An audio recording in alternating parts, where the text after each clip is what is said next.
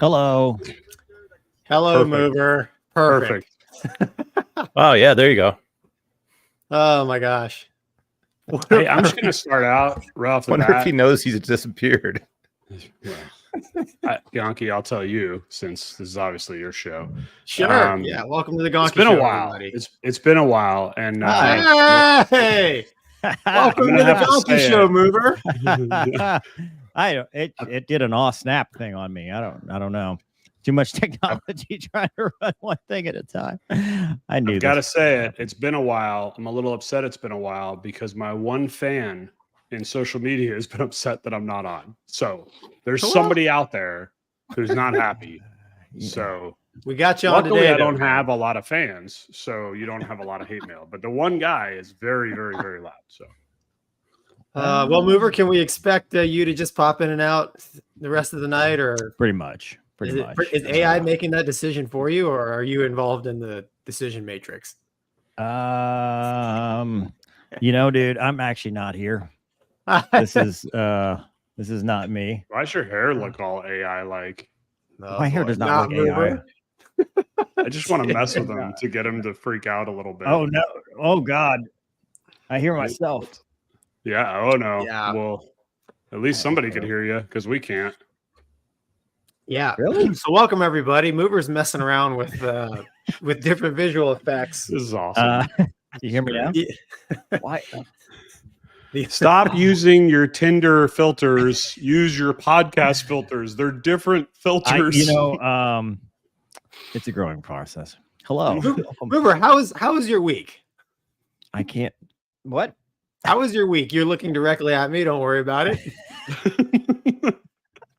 Hey, man, it's the 5th anniversary of us doing a flyover, in case you were wondering. Oh, wow. Yeah. I know. I was wondering NASCAR. The NASCAR.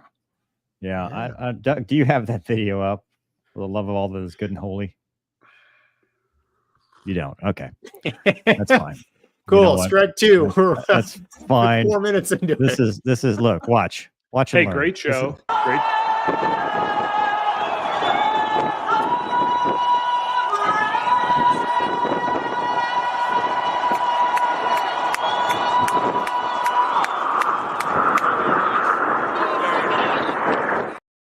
Good timing. For the people on Old Fighter Pilots Facebook group, which is the Oh my God. Yeah, I know. if you don't realize that, that is truly the end all be all of everything knowledge wise. When it comes to flyovers, is 90-year-old men who used to fly fighters in their mind. Why was Dash 4 out of position? Dash 4 was not out of position. Dash 2 was out of position. Dash 4 was hanging on for dear life because they said burners now. And number 2 said recommend no burners. For good reason. See, I can tell you right now that's fake news because everybody in the internet knows T-38 does not have afterburners. Hey, listen, it doesn't matter because I got a cool shot out of the deal. Check that out. That is pretty cool. That was an epic. Well, that's either you or Move. I'm not sure. Well, actually, it's new. That was an epic trip. And he's out. And he's out. Is again. he out This again? is awesome. This is great. Hey, can we get Move off the No, that's there forever now. Like, honestly, this is amazing. kind of like, if anybody's wondering, this is kind of like actually flying in a flight with Mover. It's like he's going to be there for you, right? You're like, yeah, I'm back. And he's back. I don't know what's happening, dude. I don't. No. You know what? Chrome is having a day. Hey, in a panic, you try to put a plug. Dude, stop letting AI mess with your... Chrome is having a day. Or Mover's having a day. One of us is having a day. Dude, I always come full circle back to you. I am so glad I had my technical issues like way back. And now that karma has yeah, moved. that's never going to come back and bite you in the ass, Gonky. Ever. Well, Good way to never bring again. that up. Never. No. Never. Yeah. But no, dude, Like, 5-year my anniversary. bad luck was in flight school and not the fleet.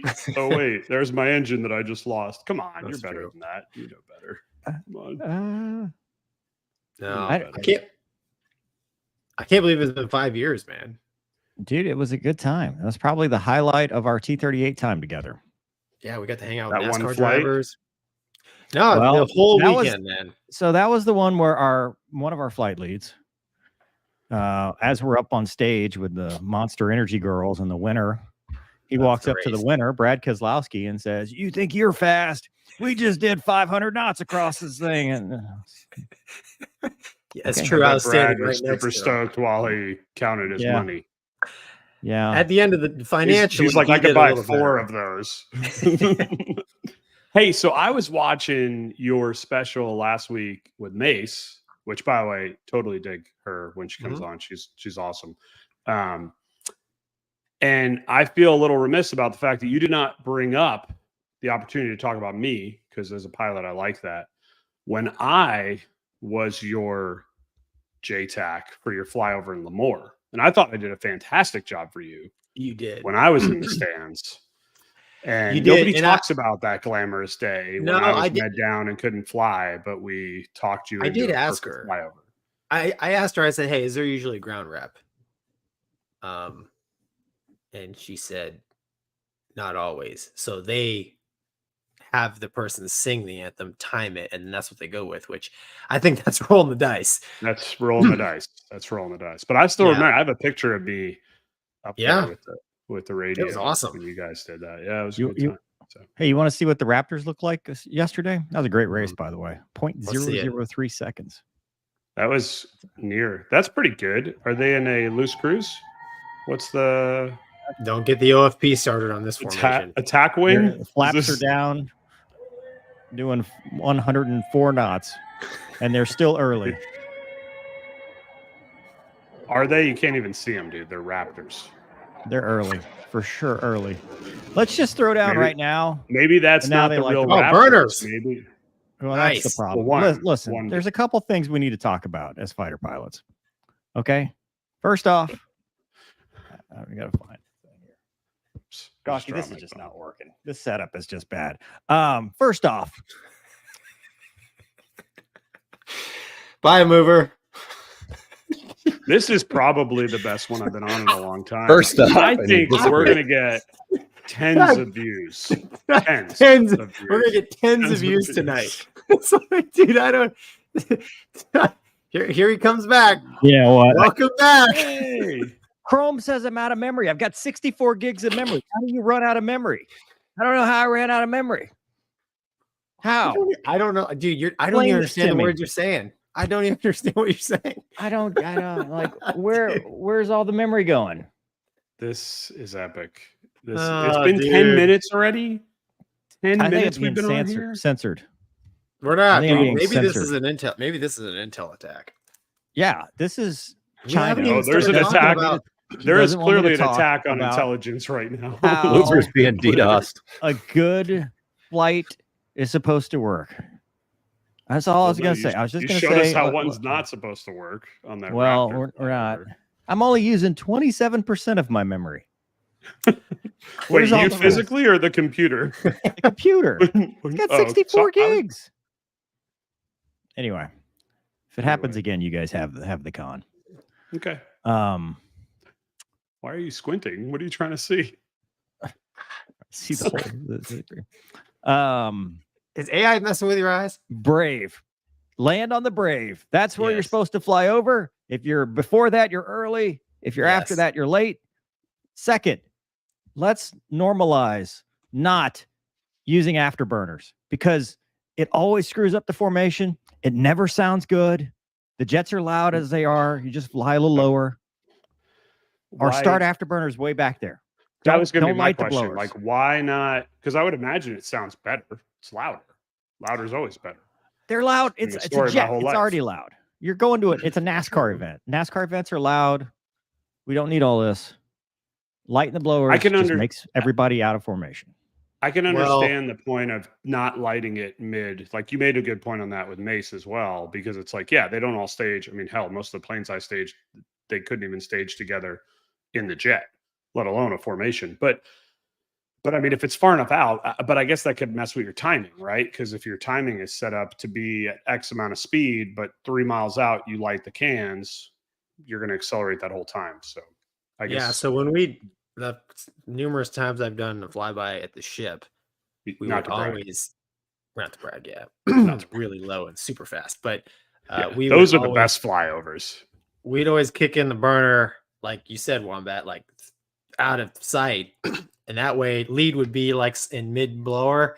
And then everybody else would have, the range of afterburner, and we get stabilized in burner. Yeah. And that's the only way to do it. Because if you try to do it, like right at the main focal point, it's going to jack everything up. So here's the real question I need to know, because you're retired enough at this point that it doesn't matter for your career. How many flyovers were you a part of? Flybys. They're not really flyovers necessarily. They're more flybys They're of the over. ship, right? How many times did you do one and then you rode the desk afterwards? And if you say 0, I lose all respect for your flyover talk from now on.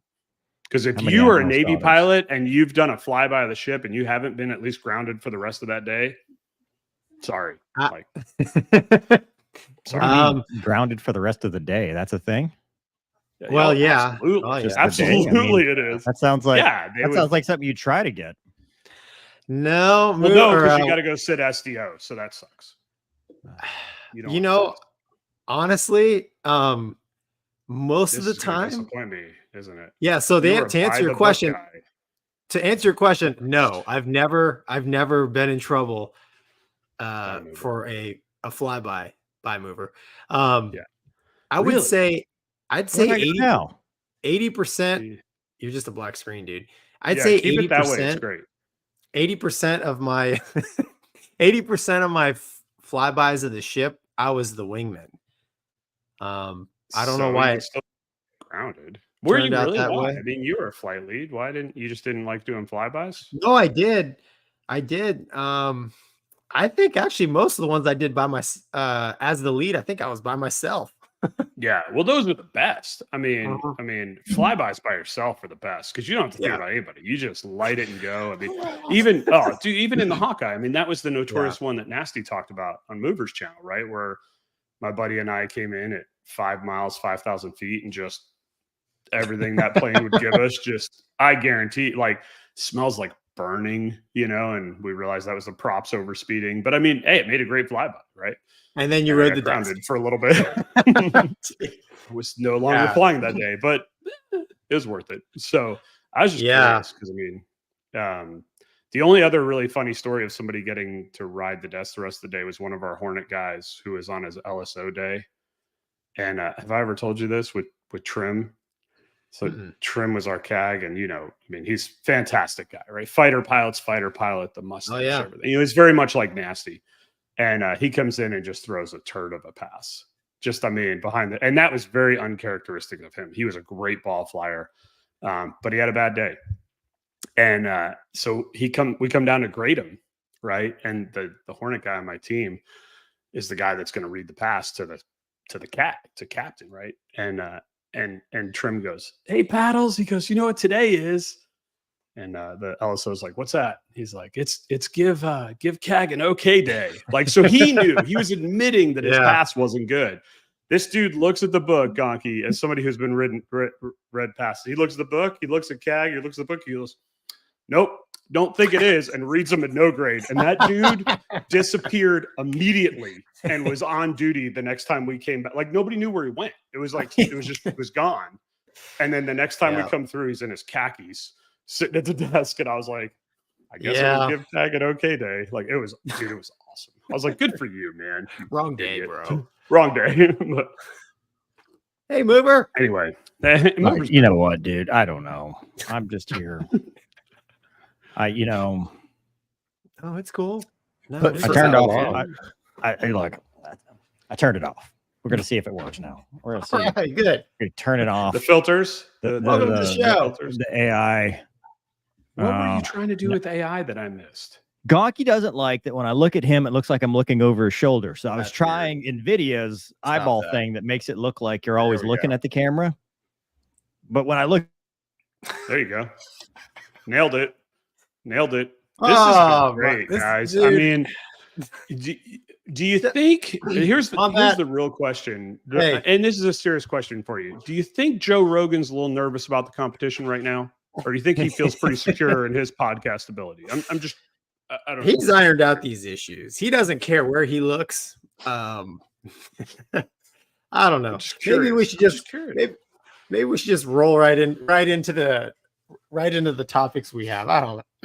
I think Wombat I think Mover's going to be in and out as Chrome continually crashes and restarts. I'm not getting any. Hold on, kids. And he just gets angrier every time. It's disaster. It's disaster is what it is. It's just. I love it. Hey, Mover, great. I got us queued up for the first topic, man. If y'all talk about this thing, because you know what. Talk amongst yourself. Talk amongst yourself. What is the first topic? The first time. Look, I'm just gonna.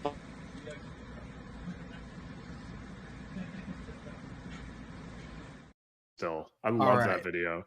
Okay, now what you have right there, hit it, is Gonky's best pass. All right. So having Wombat on, I always like to try to talk about something aircraft carrier LSO-ish, because believe it or not, and I think Wombat could attest to this, even though I was a carrier pilot, I read CV and ATOPS like once, maybe. But as you know, well, as like a lieutenant, I'm pretty much on the night page, right? So I pretty much concentrate on that stuff. So we mentioned it a little bit the last time you were on, man, about it's weird, but in the Navy around the ship, we don't take our own wave off as a pilot, and that can be very tough on a person who's experiencing all kinds of crazy spatial D, basically coming aboard the boat. And that's why they do it, because perception a lot of times doesn't jive with reality, whereas the LSO has the non-biased opinion of what's actually happening with your airplane. We mentioned a little bit, hey, there's actually a point where you can't or you shouldn't wave somebody off. And that's a fact. Would you agree that's probably what happened in this video? They tried to wave this Rhino off and a little bit inside the wave off window, because that's what can happen. So what I think honestly happened, because I remember this situation, amongst the Angels in White LSOs out there that spoke after this incident, I think what happened is they actually waved him off fine, and he rotated with the nose. Yeah. So, I mean, so again, that was, I believe, what the causal factor is that happened. Now the plane survived and the pilots are fine. It's hard to tell in the video. I have a version of it on my phone that you could see it a little bit better. But no kidding, he does kind of swat the jet. And that's the number one thing in naval aviation. If you're going to go around, it's all power, period. You hold your angle of attack. Even if it's not the best angle of attack, it's the angle of attack you got, hold it. Right. Because when I waved you off, I knew what your angle of attack was. What I don't need you to do is try to fly away, drop that hook down, and get an in-flight, which is what this was. Now, was this Rhino pilot flying in auto or manual?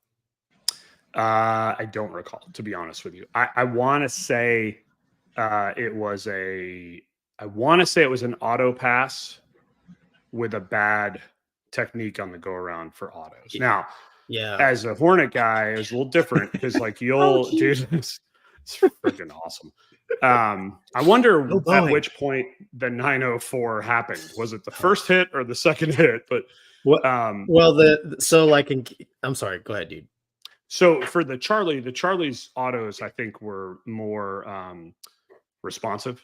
I think. Yeah. So hey, for our viewers who don't know, real quick, so I flew manual all the time because I didn't really trust Hal. Are we really going to get into an auto throttles discussion tonight? Because that could take this thing a whole different route. I'm giving them the 20,000 foot version. Gotcha. So a manual pass is like me operating the throttles the whole time.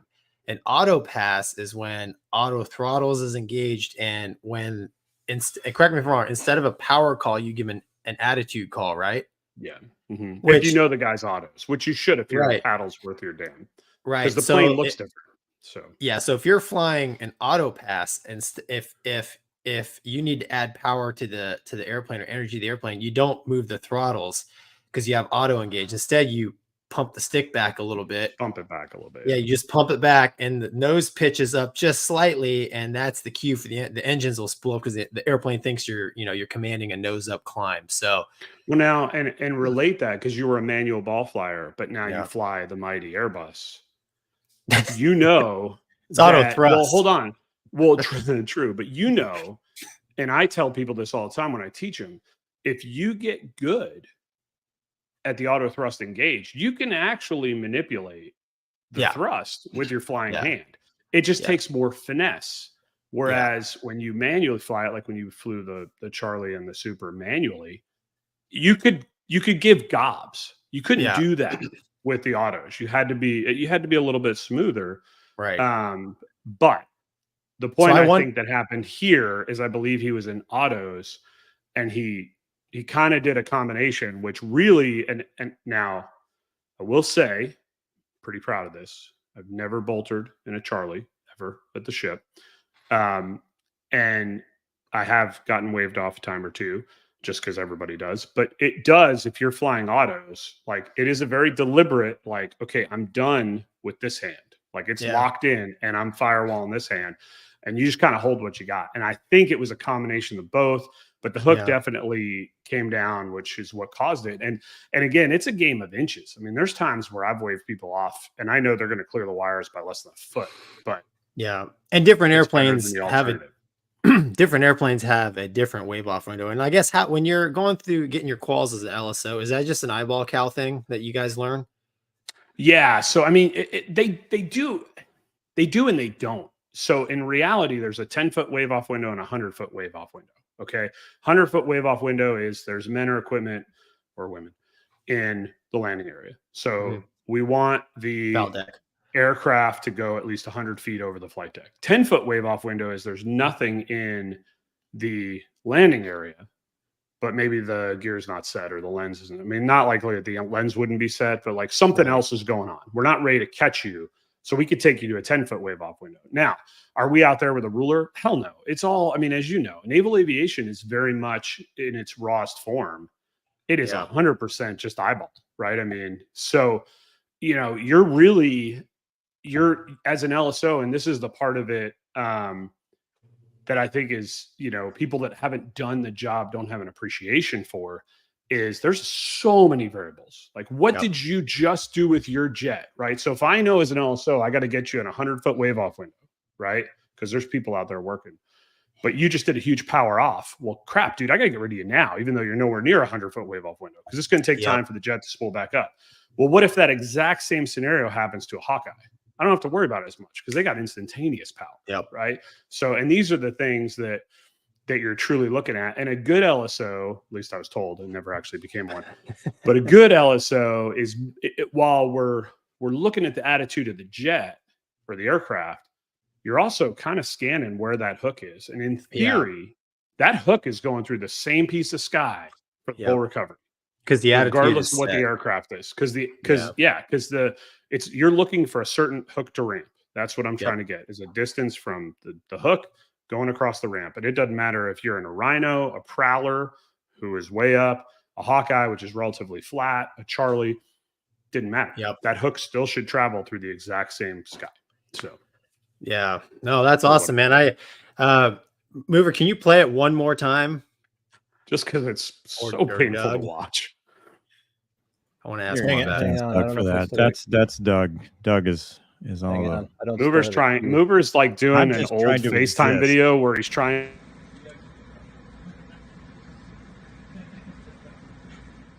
And I mean, I hate to be the Monday morning quarterback, but he squatted the jet. You can see it do it right at the beginning of the video. Right.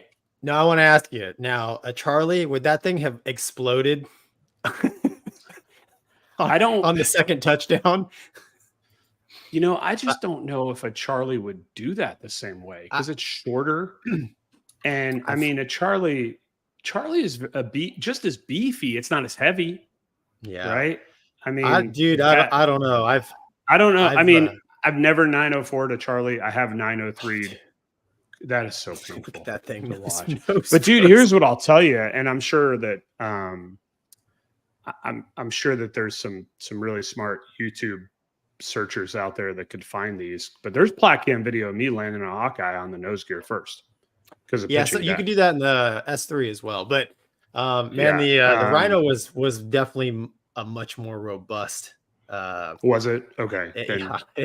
Then I mean, it probably would have hurt. And for the people that don't know what 903, 904, all it is a code. That's all it is. It's just think about it from a ones and zeros standpoint. It's just that. It's a hard landing or a really hard landing. And you know, if any pilot, any Hornet pilot worth their salt that knew it was checking the codes before they were taxiing out of the landing area. Every time I was like 903, because a 903 didn't mean anything to maintenance. Maintenance would just look at it and be like, it's still a Hornet. You're good. 904, that girl's going down the hangar. She's getting I mean, the amount of work that had to be, I felt, and I feel like in my career, I have gotten 903s, 0.9s. Where I'm there's no way that's not a 904, but it wasn't. For sure, this guy popped the 904. Oh, yeah. That's, and what would be the dude that we would always used to joke? It's like, if you're gonna 811 in the break, you might as well 904 it on the trap. Yeah, 100%. 100%. Which 811 is overstress in G. Yeah. So if you're gonna overstress the jet, you might as well get the most. Might as well 904 that bad boy. Why wouldn't you? Yeah. I mean, it's going to the hangar. It's going in the hangar. Yeah, it's going in the hangar deck anyways. But yeah, I mean, that's a rough landing. I mean, and again, it's so easy. That was years ago too. I mean, the video says what date it was, but that was a while ago. You know, I hate to be the guy that's like, oh man, that guy, because we could all be there. But I have 904. I have 9. That is a 909. The sea state doesn't look very bad. The conditions don't look very bad. Like that's just, but hey, you know what? That's the beauty of naval aviation. I was thinking about this today. Is like, that's what I loved about being a Navy carrier pilot. Is like crap like that happens. But like it happens, but then you move on. And I think that's what makes carrier pilots a different breed, because it's just like, I mean, I have landed a Hawkeye on the nose gear so many times. I learned what it felt like in the plane. Like, I mean, I was to the point where, because it would jam my knee into the nose wheel steering handle. And it got to the point towards the end of my career that I'm like, damn it, I just did it again. And the co-pilot, that's Ironworks. That's Ironworks, baby. I'm like, watch the video downstairs and you'd see pitching deck or whatever it is coming in. And I push the nose over and just bam, right in the nose gear. But I mean, those planes should all be on sticks now, because can't do that in a Hornet. No. Well, I mean, you can. It's just the taxiing is a lot slower because your gears collapsed. So, Mover, welcome back. Yeah, I think I'm here.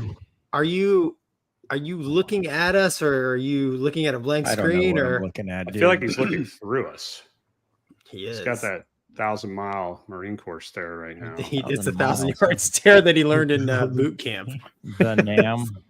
in Nam. Yeah. Are you Uh, back with us, or We are so far behind right now. I just, Dude, you know What are you what? talking about? That was just- 30 minutes of naval aviation purity too right much. there, my We friend. have If too your many views are topics not, for you to if your go on views for are not 30 doing minutes right about that. now, there's something wrong with America. I'm sorry. hey, honestly, Wombat, we had like 14 topics we were going to talk about, but since Mover's having anymore. all these technical difficulties, I don't All right, know. no, if we're it's- ready. We're ready to move on. Let's get through these chats. I Get it. think I've got it. I switched to Edge on one of these browsers, so we'll see. Garrett says we need a Wombat special episode. Mover equals all Gonky. Thank you. That's not nice. Jim Norton's alcoholism. When are you going to take care of your alcoholism? It's time for Jim Norton to sober up. Mace needs to fly. And who is Jim Norton? Mace needs to fly That DCS guy. at least once. Guaranteed increase in views. She's very cool. If she's anything like Gonky's wife, she probably hates nerds. Ah. Oh, Mover. There's that. Women don't like gamers, apparently. We covered that What? today. My woman don't. Ethan Thompson says, needed a balloon for the Raptors to be on time. We're going to talk about balloons if we ever get to it. Zing. And Mover's computer is running for the White House. Currently in the White House. And Laura has replaced me, the Gonky and Wombat Show.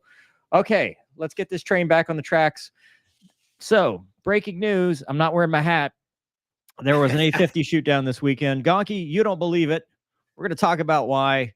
We're going to watch a video that may or may not be the correct thing there. Did we lose Where did I Wombat? go? No, What? you're well. There he is. Jeez. Oh, we're done with the LSO stuff, so just kick the LSO out of it. Well, so popping off flares, which means they thought it was coming, probably a chaff flare bundle, if I'm having to guess, because it's happening simultaneously. So they're getting some kind of indications. They That know dude sounds like something's every Russian happening. bear pilot I joined up on in the military. And then here in a second, things are not going to go well. It's going to become a big old fireball. There it is. No, that's another flare. Ooh. And if they're saying bad words in Yeah, Ukrainian, forgive us. we don't understand. Yeah. Is that it? Yeah. Okay. So that's the video. However, it's still, why am I still here? Okay. So that's the video. The sources are saying it was an SA5, or as most people, it always drives me nuts, Gonky, where it's everybody's like, well, it's an S200. And I'm like, I don't know what that is. Like, I don't know the we learn them as SA5, SA2, SA3, SA. When it gets double digits, that's when you start to get worried. 'Cause it's Yes. scary. That's a fact. Yeah. So an SA5 is a big old honking high radar cross section, telephone pole looking thing for HAVA assets or high value assets, which is exactly what this is. Now, the Russians, as with the last one, are claiming it was a friendly fire incident, and the Ukrainians are saying, no, we shot it down. Let's talk about that. Friendly fire. So with the maneuvering, do we really think it's going to be chaff flare? I don't know. I really don't. And with it being, something like that, I think they probably knew about it all the way till it killed them. And that's not a really good thing. But I go back to my original point, which is, why would you brag about that? The only thing I can think of to brag about that is you'd rather be incompetent than admit that the Ukrainians can reach out and touch you in your own backyard. I agree. I was like, that's your best defense, is that you screwed up and shot down your own plane. Like, that's bad. Yeah. That's not a good defense. Yeah. Like, It's not a good look. Well, so this is the second one, right, Mover? It's the second one, and then there was the IL-76 full of which an A50 is an IL-76-ish with the dome. But it's the second A50, which those things are very few and far between. And both times they claimed that it was a friendly fire incident. The first time it was suspected maybe a mobile, like a Patriot, that they were moving around near the border to be able to touch it. But the SA-5 has a huge range. I mean, that thing, they knew it was coming for a long time if that's what shot it down. Yeah, I don't know, man. I guess I'm just skeptical of the news. So I have family in the Ukraine, and so I was down in Tampa. I was talking to my brother, and I just, things that he tells me and things that I see on TV and stuff, like I'm not convinced we're getting the truth, and I don't know what the truth is. It shocks me that Russia would lose 2 extremely high value assets and then claim. To me, it's almost like they're just muddying the water by saying, just tell them we shot it down, when maybe nothing was shot down. I haven't seen any pictures. Earlier today, I was looking through the World Wide Web of, are there any pictures of a downed A-50? And I couldn't find any. Obviously it's at night. Wouldn't there be an explosion or something? I mean, well, there was an explosion. Maybe, I don't know if that video, there is a video I've seen where there's a little bit of a fireball. I'm not. It goes flare, flare, flare, fireball. Yes. Now, whether that's what Right. we're looking at is an A-50. Correct. I I'm don't not know. I'm not saying the Ukrainians didn't shoot it down. I'm just saying I'm not sure kind of what to believe. Only because, and also, dude, the SA-5, like you said, it has a lot of range, but it's an older SAM system. Now, granted, Well, now, yeah, but the Franken SAMs that the Ukrainians are using are taking Western guts and putting them in these radar right. systems.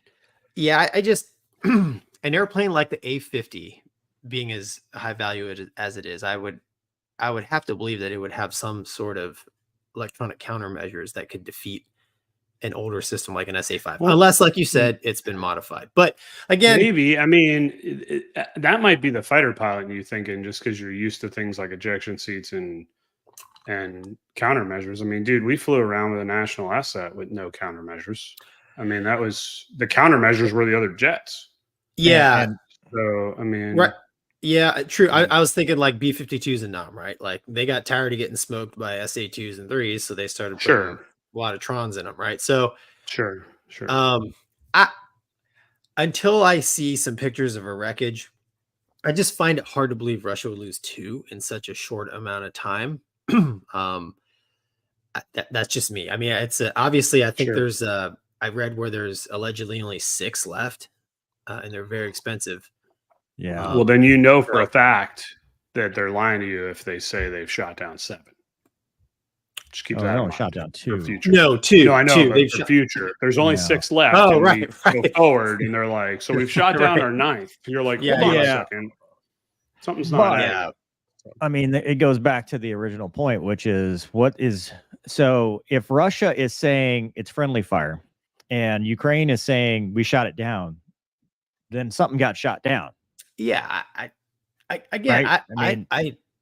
Being the semi half knowledgeable host that I try to be on the show, I did my own little research. I couldn't find anything that definitively was like, oh yeah, they definitely shot down A-50 by a mover. We'll see you later. But I'm not saying. No, that's a video of the A-50 being shot down. It looked identical to mover falling offline. Just need a couple flares in there, and you'll be all set. Yeah, I hear you, man. I mean, I think a lot, and I was going to make a deep intel joke, but I won't because I don't know how to make those. But I think a lot of it has to do with, I mean, we're all skeptical now, right? Yeah. I mean, we are, because it's like, well, dude, we've been fed so much BS, and I'm not saying this is. It may very well be the truth, and if it is, it is.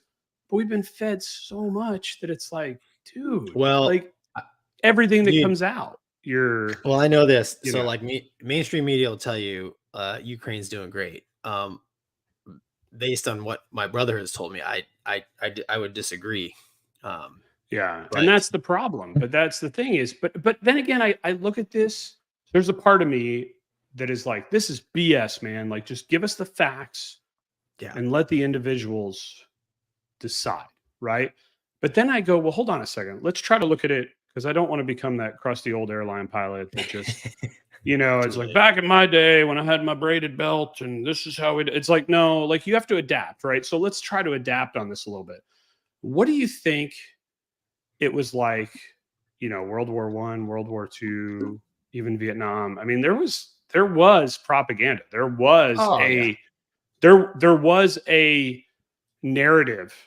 So I don't know if this is necessarily new as much as it's so much in the limelight now because it's constant news, right? I mean, it's one thing when you have a narrative in World War I, but you're printing it on newspapers because not everybody reads a newspaper and not everybody is going to get that information or take the narrative that way. But now in 2024, it's instant media everywhere.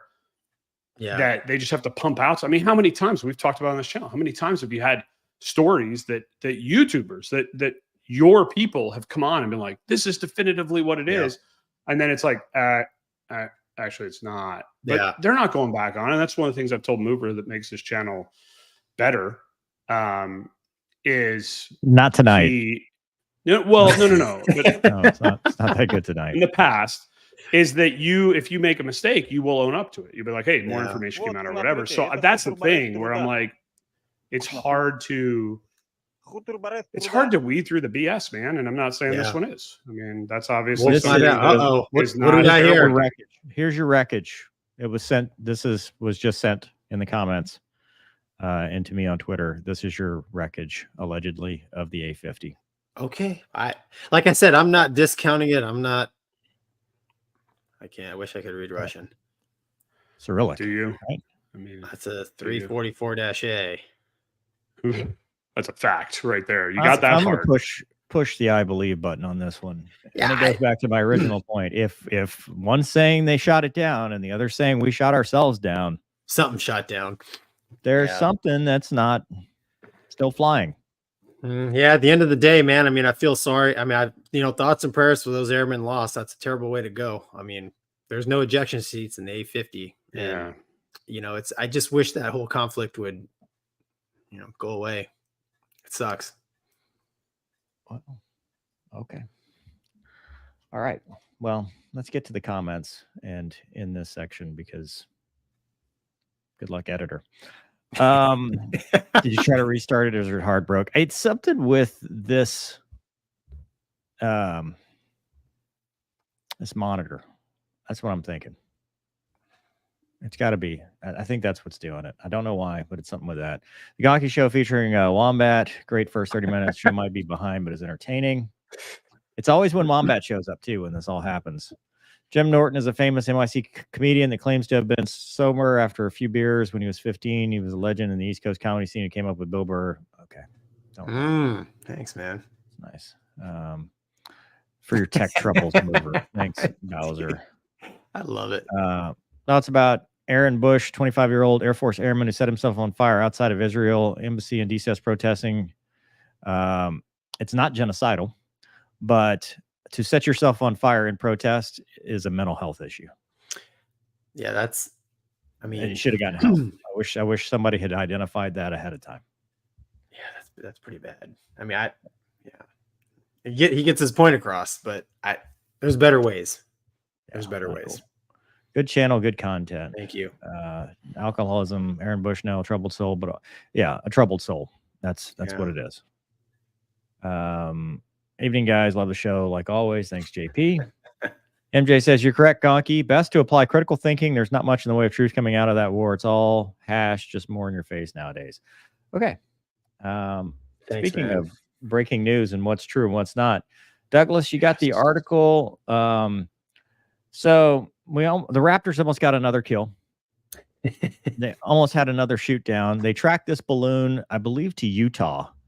And they said it was small, non-threatening balloon over Utah, which got North American Aerospace Defense Command, NORAD, sent jets to investigate. And they said, well, it's not maneuverable. It's not a threat. It actually doesn't meet the criteria because it's an amateur balloon, which if you look at all the news media in between, when they didn't know, everybody was like, I can't believe they let this happen again.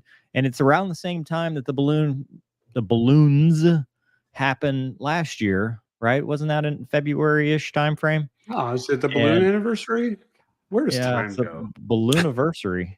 I mean, so but now this is the world we live in. You know, once you shoot down one balloon, and you are the balloon fighter, now you're expected to go out and shoot down every balloon.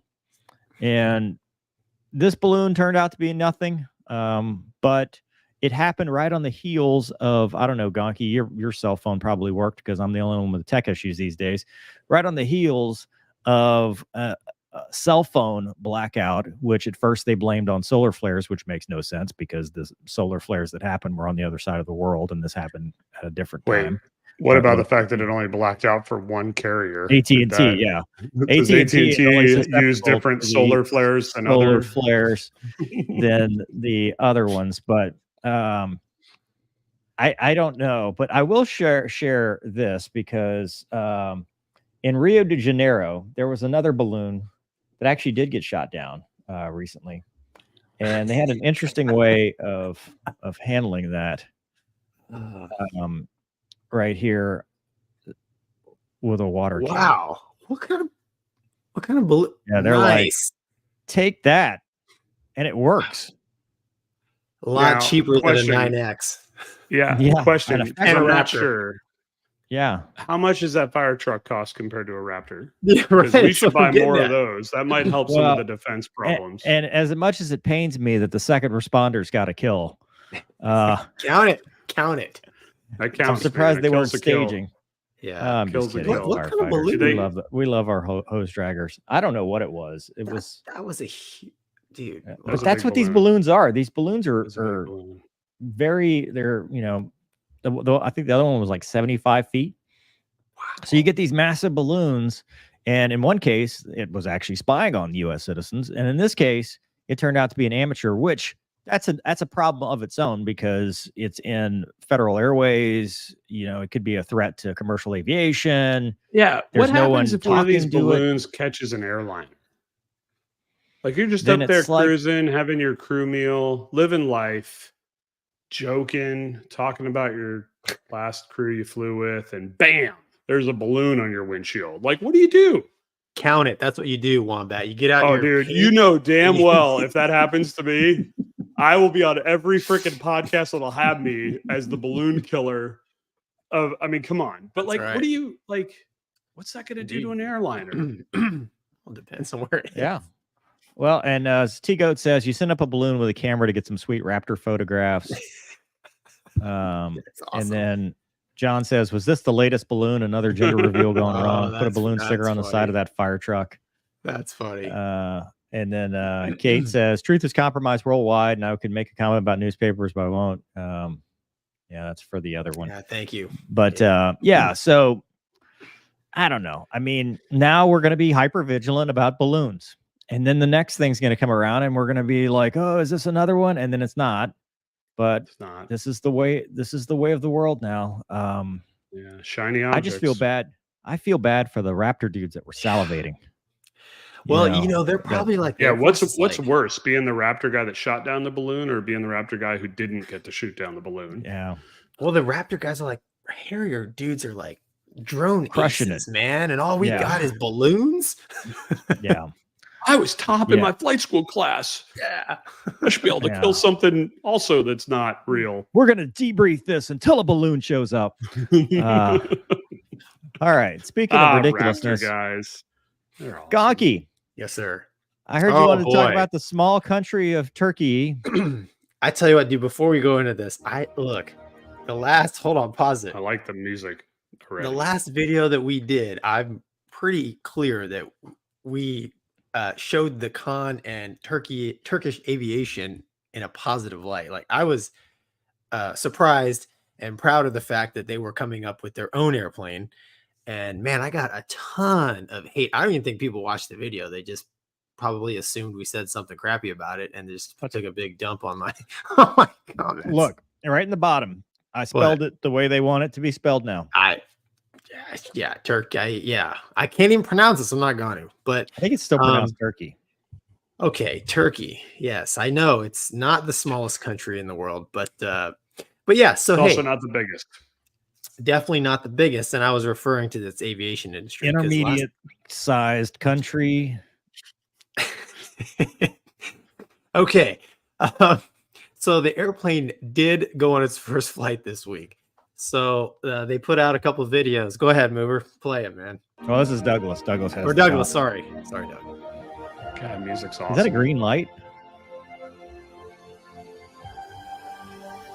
Watch the stabs. Yeah, that was Ugh. standard practice. Always leave the gear down on the first flight. Yep. Like it. Just in Well, case, they assumed they were going to crash on takeoff there. Did you see the stabs? Like, I'd have it down too, dude. Send all hate mail to TR Matson. That's fine. It's not hate mail. That thing looked like it was afraid to fly initially. So it's really flying. There were some ones and zeros going on there for a second. What are they chasing it with? Probably Viper? F-16. Yeah. Yeah. Show the Viper. I don't care about this. Oh boy. The stabs. Send all hate. Welcome aboard. You couldn't grease it in on the first landing? No, you got to establish dominance. And there was Make sure the thing's on the ground. there was a second video too that showed it on the ground. So people wanted me to talk. So I watched the video a couple times to pull some points out. Yeah, this There it video is. here. You can just play the first part. Oh, 'Cause- dude, let's see the flag through the sky. This looks cinematic. The middle beautiful. part's the same It is same cinematic. footage. Is that their national anthem? Are they gonna? I bet they get the flyby on time. All right, move. Are those APU carts? APU start both engines? I watched don't it know. like in slow mo. I'm pretty sure. There was firefighters in case they had to shoot it down, though. That looks like a huffer for sure. Yeah, huffer on both sides, right? Huffer and an electrical cart on the other side. One looks like electrical. Yeah, one Yeah. AP. I don't think. I just Yeah, wonder I if it don't- has its. I just most modern airplanes have an APU or something. That, Self-sustaining. I yeah. would should just say start. it probably does, but they probably have the option of doing that just so they can. That's true. Like that We didn't wasn't have part that of the though, test. right? we did. Charlie Yeah, wasn't that way. Yeah, The Hornet, no, it you could do a was. huffer. Yeah, I huffer I started a should've paid Hornet once. attention. I got in trouble for it, but I did it. Yeah, I tried to buddy start a Hawkeye once, Yeah. where the plane in front's turning to get your. I'm not kidding. It was in NATOPS. So Continue. it's just they just show a little bit of ground ops here, but so basically, like between these two videos, so this airplane uses, at least this initial version uses two F-16 engines. It's just its first flight. I think 2030 is when they're shooting to make it operational. You can see So- there's no HUD, right? And the way it's designed, it's like Just that. watch those stabs again. So 2030, so same time as the 20 T7. Yeah, exactly. So there's no HUD, right? So they probably have their own Oh. helmet. Yeah.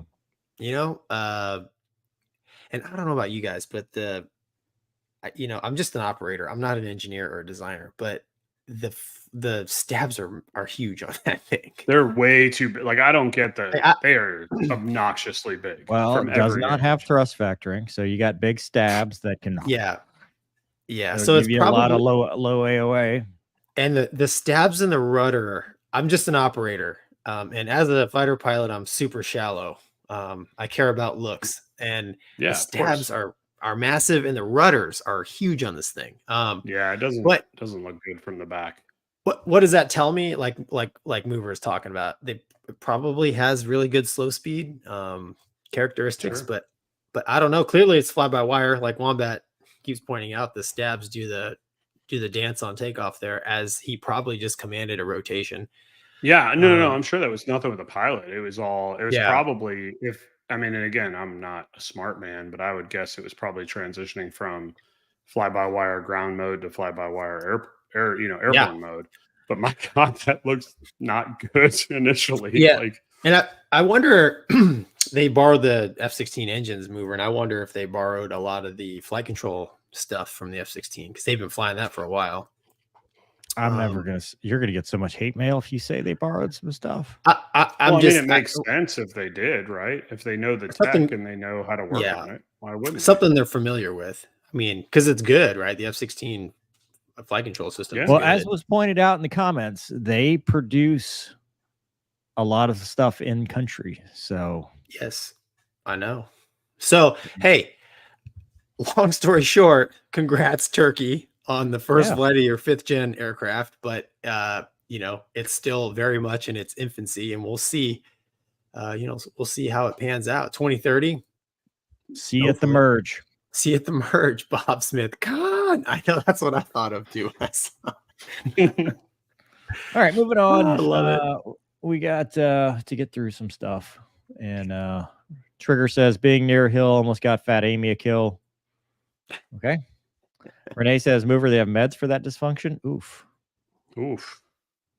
Janitor's back. The balloon was another NASA $100 million grant to attempt to land on the moon. Ouch. And Scano says, space scientists here, we're currently in a solar max, can increase drag, possibly causing sats to hit each other. Companies might not report the issues. All right. So speaking of drag and stuff that is disappointing, in the news recently, there was talk about the F-15EX hitting Mach 3. And dude, that was pretty push it up. Awesome. Like that, you're sitting there and you're like, oh yeah, Boeing boasts F-15EX going near Mach 3. Yeah, it's fast, 2.9, clean. And then they said, that's pushing 3.0, but it's clean, so it's not carrying anything. But then, unfortunately, they had to walk it back. Doug, do you have that article? Yeah. Oh, wow, that was quick. So then, like a couple days later, after this is spreading like wildfire, Boeing withdraws the near Mach 3 claim, and they said, you know what? My bad. We kind of exaggerated. 2.497 is all we can get out of the Eagle jet. And I love how they call it the Eagle jet because everybody calls it that. It's 2.5, not quite Mach 3. But they asked to elaborate, and it's like, well, I stand by my quote that it's fast. It's just we're not going to say that it's Mach 3 because I'm sure that being Boeing and them having issues in the news with just about everything they're working on these days, they probably didn't want to have somebody go, hey, wait a minute, you said this thing was a Mach 3 aircraft, and it's not. And it says the official Mach 3.2 speed of the SR-71. Dude, I don't care if it's 3 or 2.5. That's hauling the mail. Like, dude, that is a fast airplane. And I don't know that it matters, even though it's good for bragging rights, other than just think of how much energy you could put on a hypersonic missile if you start out throwing that thing at Mach 2.5 or 3. It wouldn't surprise me if the airplane, like if the engines are capable of pushing the airplane close to Mach 3. The design limit of the rest of the airplane may be the limiting factor. You know what I'm saying? I mean, think about the F-16. Could you overspeed it? Oh, yeah. Yeah, see, that's what I'm saying. Like, I mean, it'll go faster. You couldn't overspeed it in Mach because it was very hard to get to the indicated, 2.05, right? But you could overspeed it indicated very easily. Yeah. At So 800. I've never done it, but I know guys who have gone beyond 1.8 in the Hornet, even though that's the speed limit. Same thing. You talk to the old guys who flew like the F-14A, they're like, oh yeah, man, the fuel system, like the faster you go, the more fuel it dumps in. It just kind of keeps going until until it doesn't. So Dave, that was on the show a while back, he was talking helicopters. He actually sent me a question. He's like, hey, helicopters, the top speed, based off of the retreating blade stall. And, for an airplane, it's two different speeds, right? You've got your indicated, which you're talking about, which is usually more dense air. And then you've got your Mach, which is, you're up higher.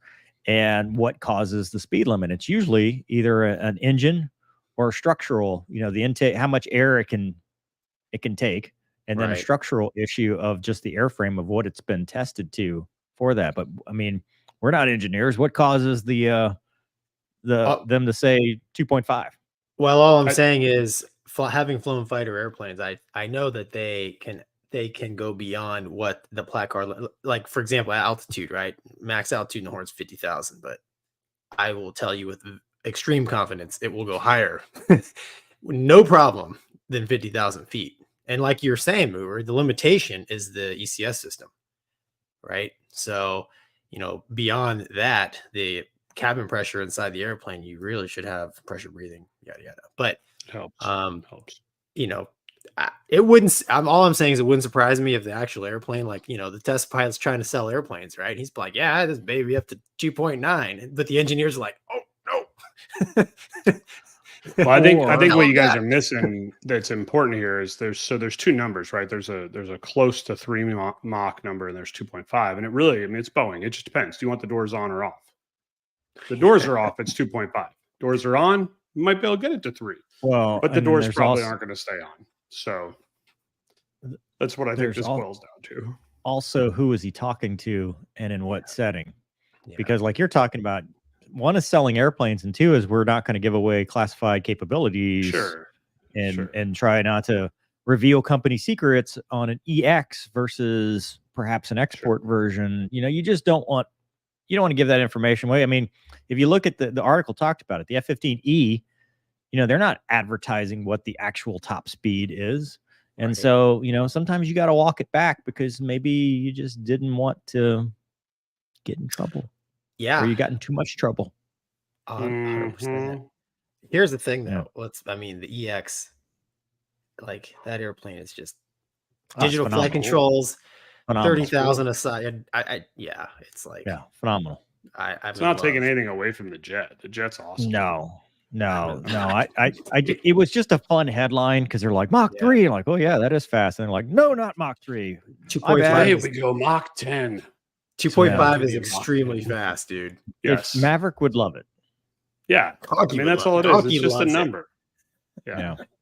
What's the difference between 2.9 and 3? Well, ask Maverick between 10 and 10.1. I mean, pretty big difference. Yeah, if you break apart at Mach 2.9 or 2.5, it's a bad day. It's 25 you're gonna miles hurt a minute, yourself. man. That's crazy. that what it Speaking of is? hypers, Oof, that's Yeah, a lot of work Mach to do is anyway. 25. 29 miles a 25. minute at Okay. Oh, I'm sorry. 2.9. Oh, I'm 30 sorry. miles a We're getting minute. all serious with math all of a sudden. Oh, my bad. All right. Nerd Speaking of alert. miles a minute, Gonky, hypersonic Yes. missile on the Hornet.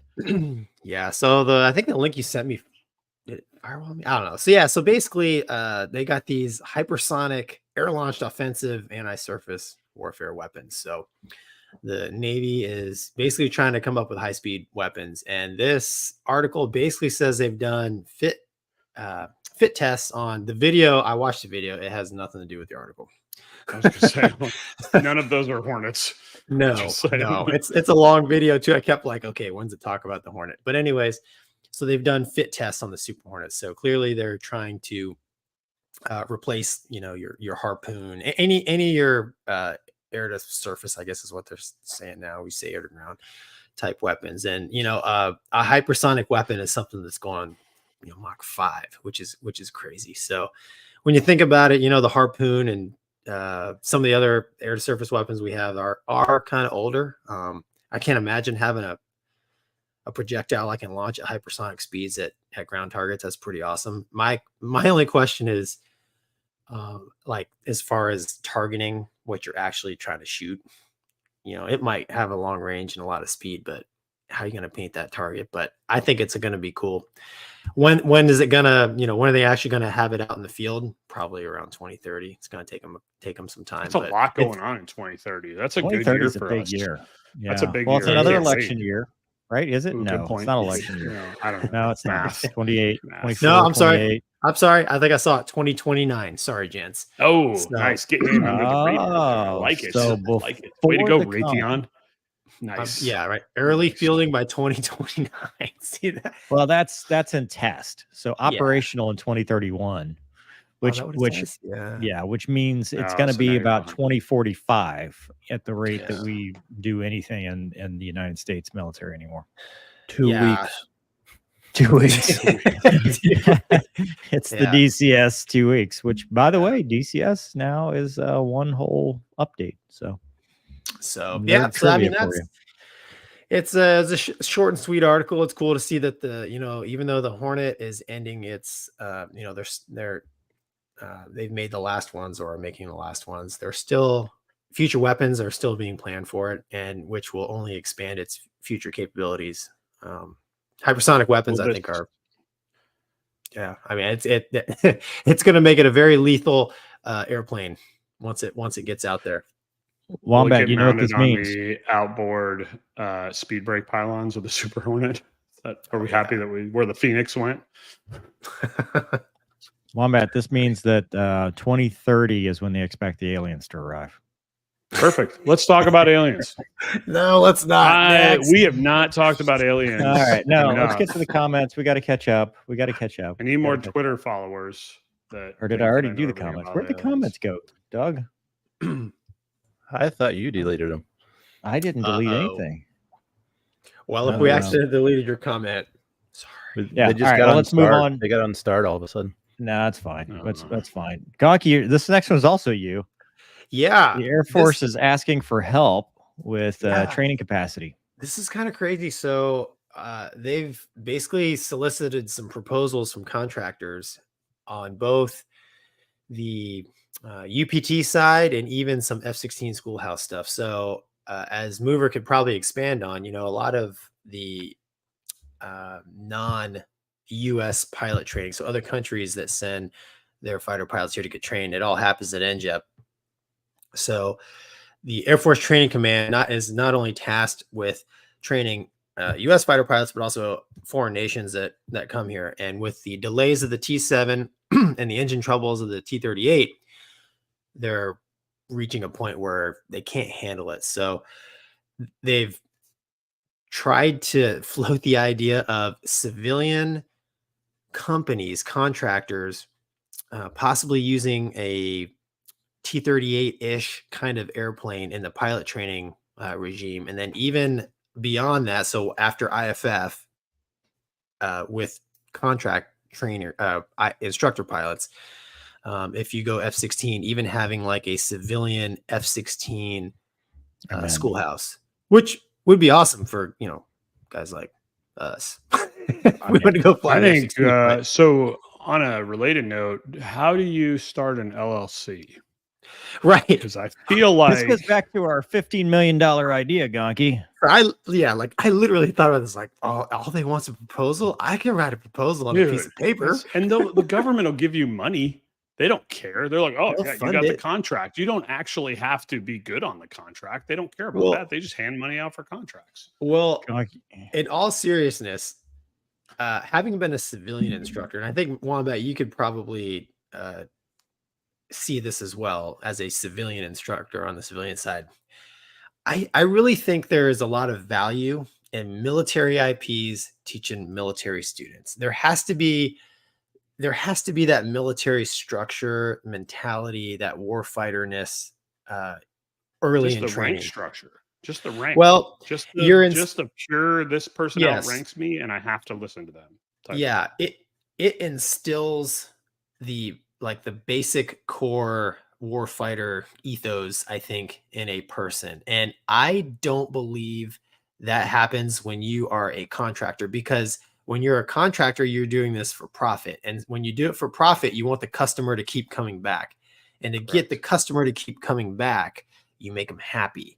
Okay, yeah. So a military instructor pilot does not care if his student is happy or not. Happy. No. Right. In fact, a little bit upset if they are happy, frankly. Right. A military instructor pilot, having been one, I'd purposely, put stress on the student because that's my job, man. I don't want this person to get out there and get killed. But as a civilian instructor pilot, I was like, man, if I can't get students to keep coming back, I ain't going to eat. Right. So I think it's a bad idea. Another bad idea by the Air Force. What? But that's my own opinion. Just say the government in general. It's just, because the Navy's right behind it on this. Let's not. This isn't an Air Force. That's thing. true. Like you want to get away from mercenaries in your military, is my own personal opinion, because you just don't have the same control as you would with like military personnel. I don't know. Mover, am I crazy? What do you think? I mean, no, you make a good point that I had not considered. I look at it and like, hey, I'll go do it. I thought the T-50 is a great option. The one that lost, even though it's already in production, because the problem we have here is that we can't get out of our own way. Every time, and I'm going to talk about this here in a little bit when we talk about the T-7, T-38, because there's an article that deep dives into kind of what's going on. But every time we get into the current contracting process, it falls apart because the whole point of the T7 was to say, hey, Saab's already got this thing. We're going to get Boeing involved and then it's going to be ready. And then it wasn't. And then they had to militarize it. They had all these things they had to do. And so now they realize they can't in the timeline that they need. The T-38's a 70 or 69-year-old airplane. And what do you do? Because we have not, instead of, it goes back like we've talked about many times on this channel, 20 years ago, instead of a T-38C, they should have said, what's next? When they got the T6, what's next? Because the T1's now timing out because it's got engine problems. Their engines are timing out and stuff like that. So you've got this perfect storm of, we have mismanaged it for so long. And now we're like, oh God, what do we do? And so the question was, well, do we do VR? And I 100% oppose that. So if the answer is we hire Gonky Aviation LLC, we could do better than that name, by the way. Or put a DCS computer in Gonky's living room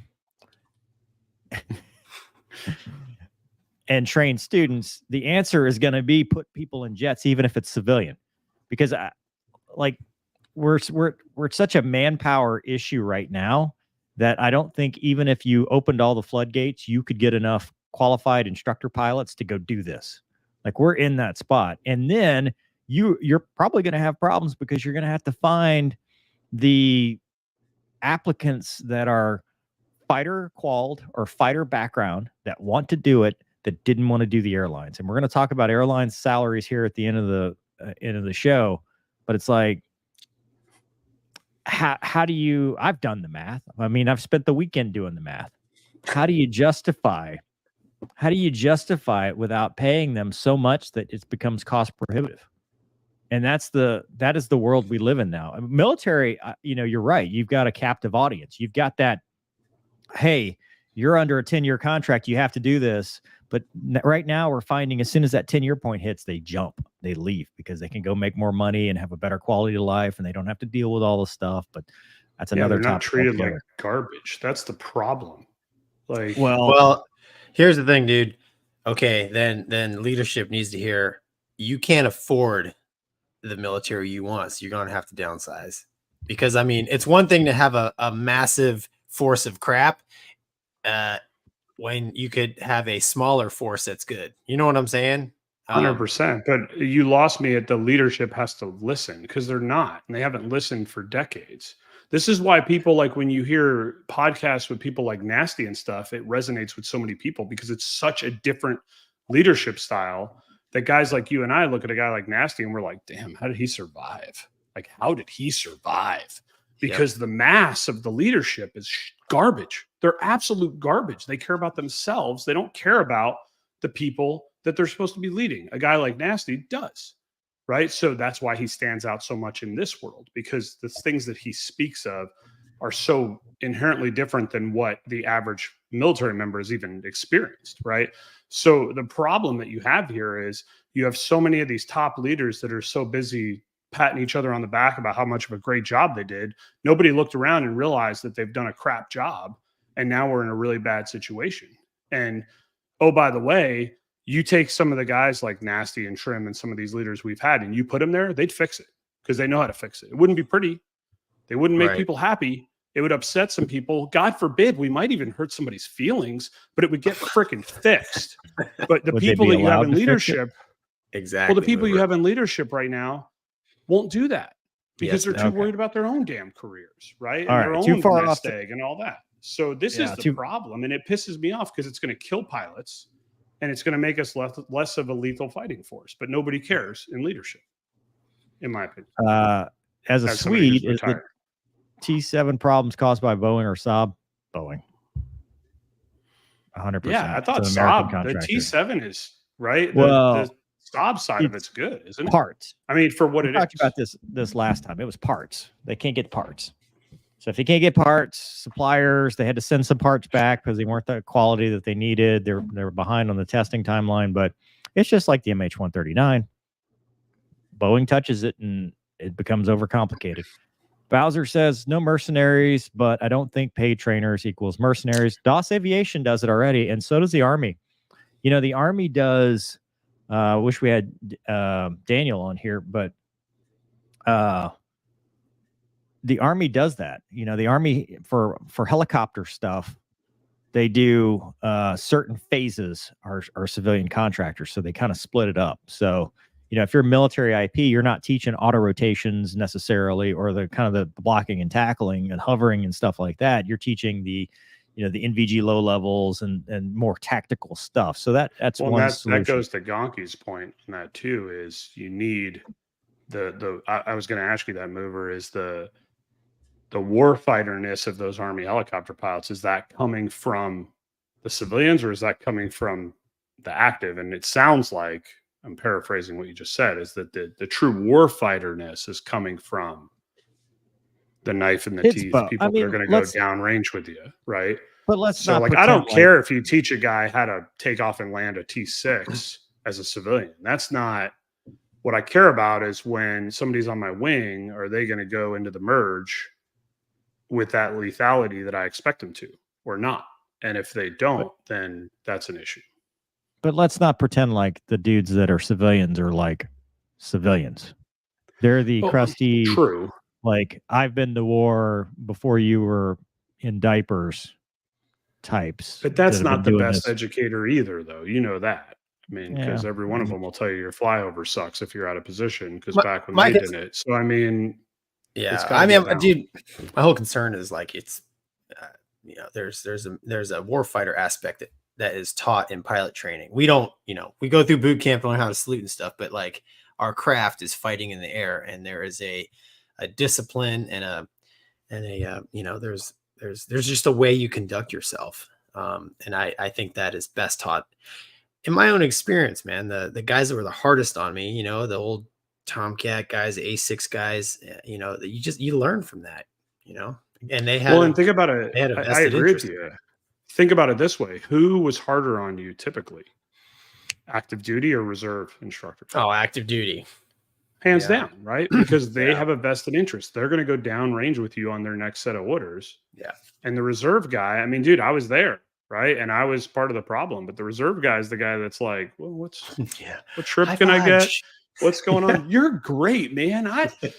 We didn't find the target. That's fine. You did great though. Like, you had a good attitude. You found the briefing space this morning. That was fantastic.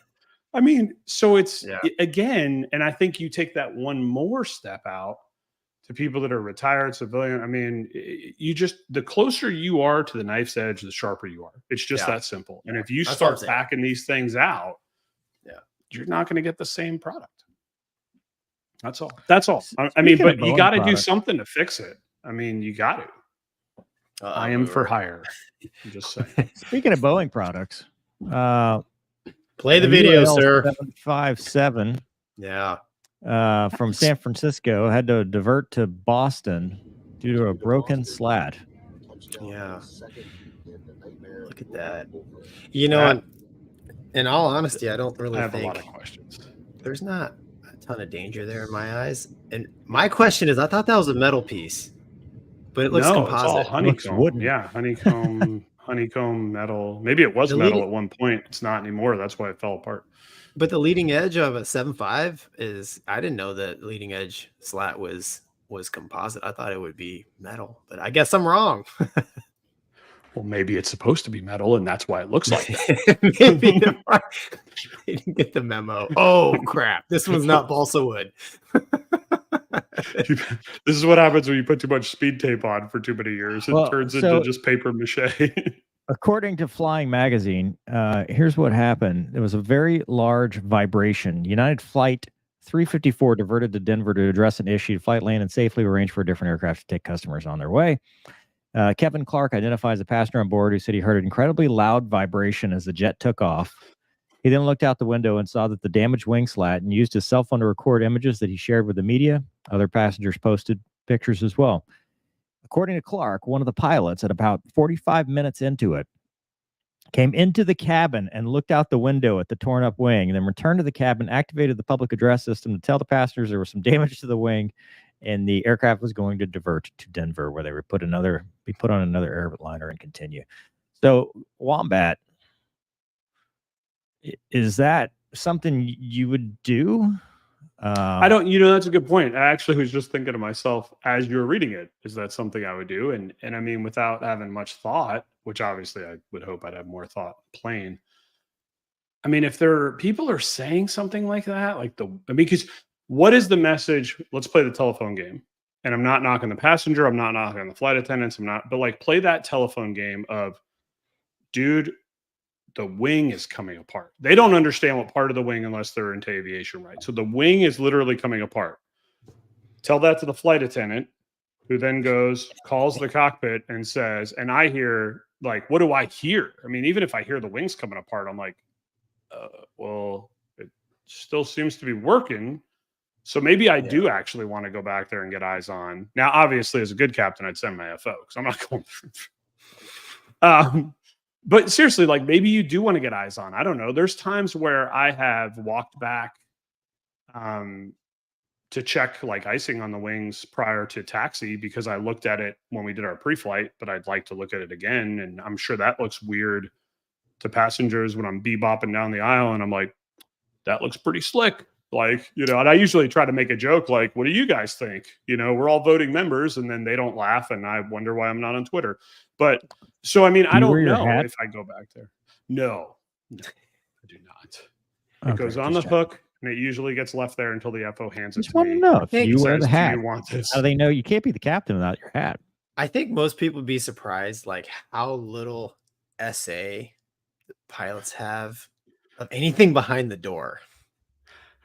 Except including Except the for rest snacks. of the airplane. Well, I mean, can't see any of it. That's right? that's what I'm saying. It's not like a fighter. It's what's that vibration? And you look over your shoulder at the wing. You're like, oh crap, the slat's coming apart. The wing's over there. You're like, oh, that's not good. That was supposed to be. I mean, it's you bring up a good point, Wombat. It's hey, Bubbles is telling me that the Bubbles. I don't know. Pick a name. Who is? What are you flying? Like a stripper airline? Whatever.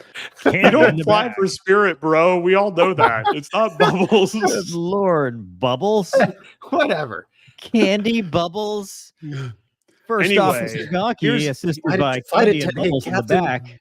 Captain, here's the other telling me the wings coming apart.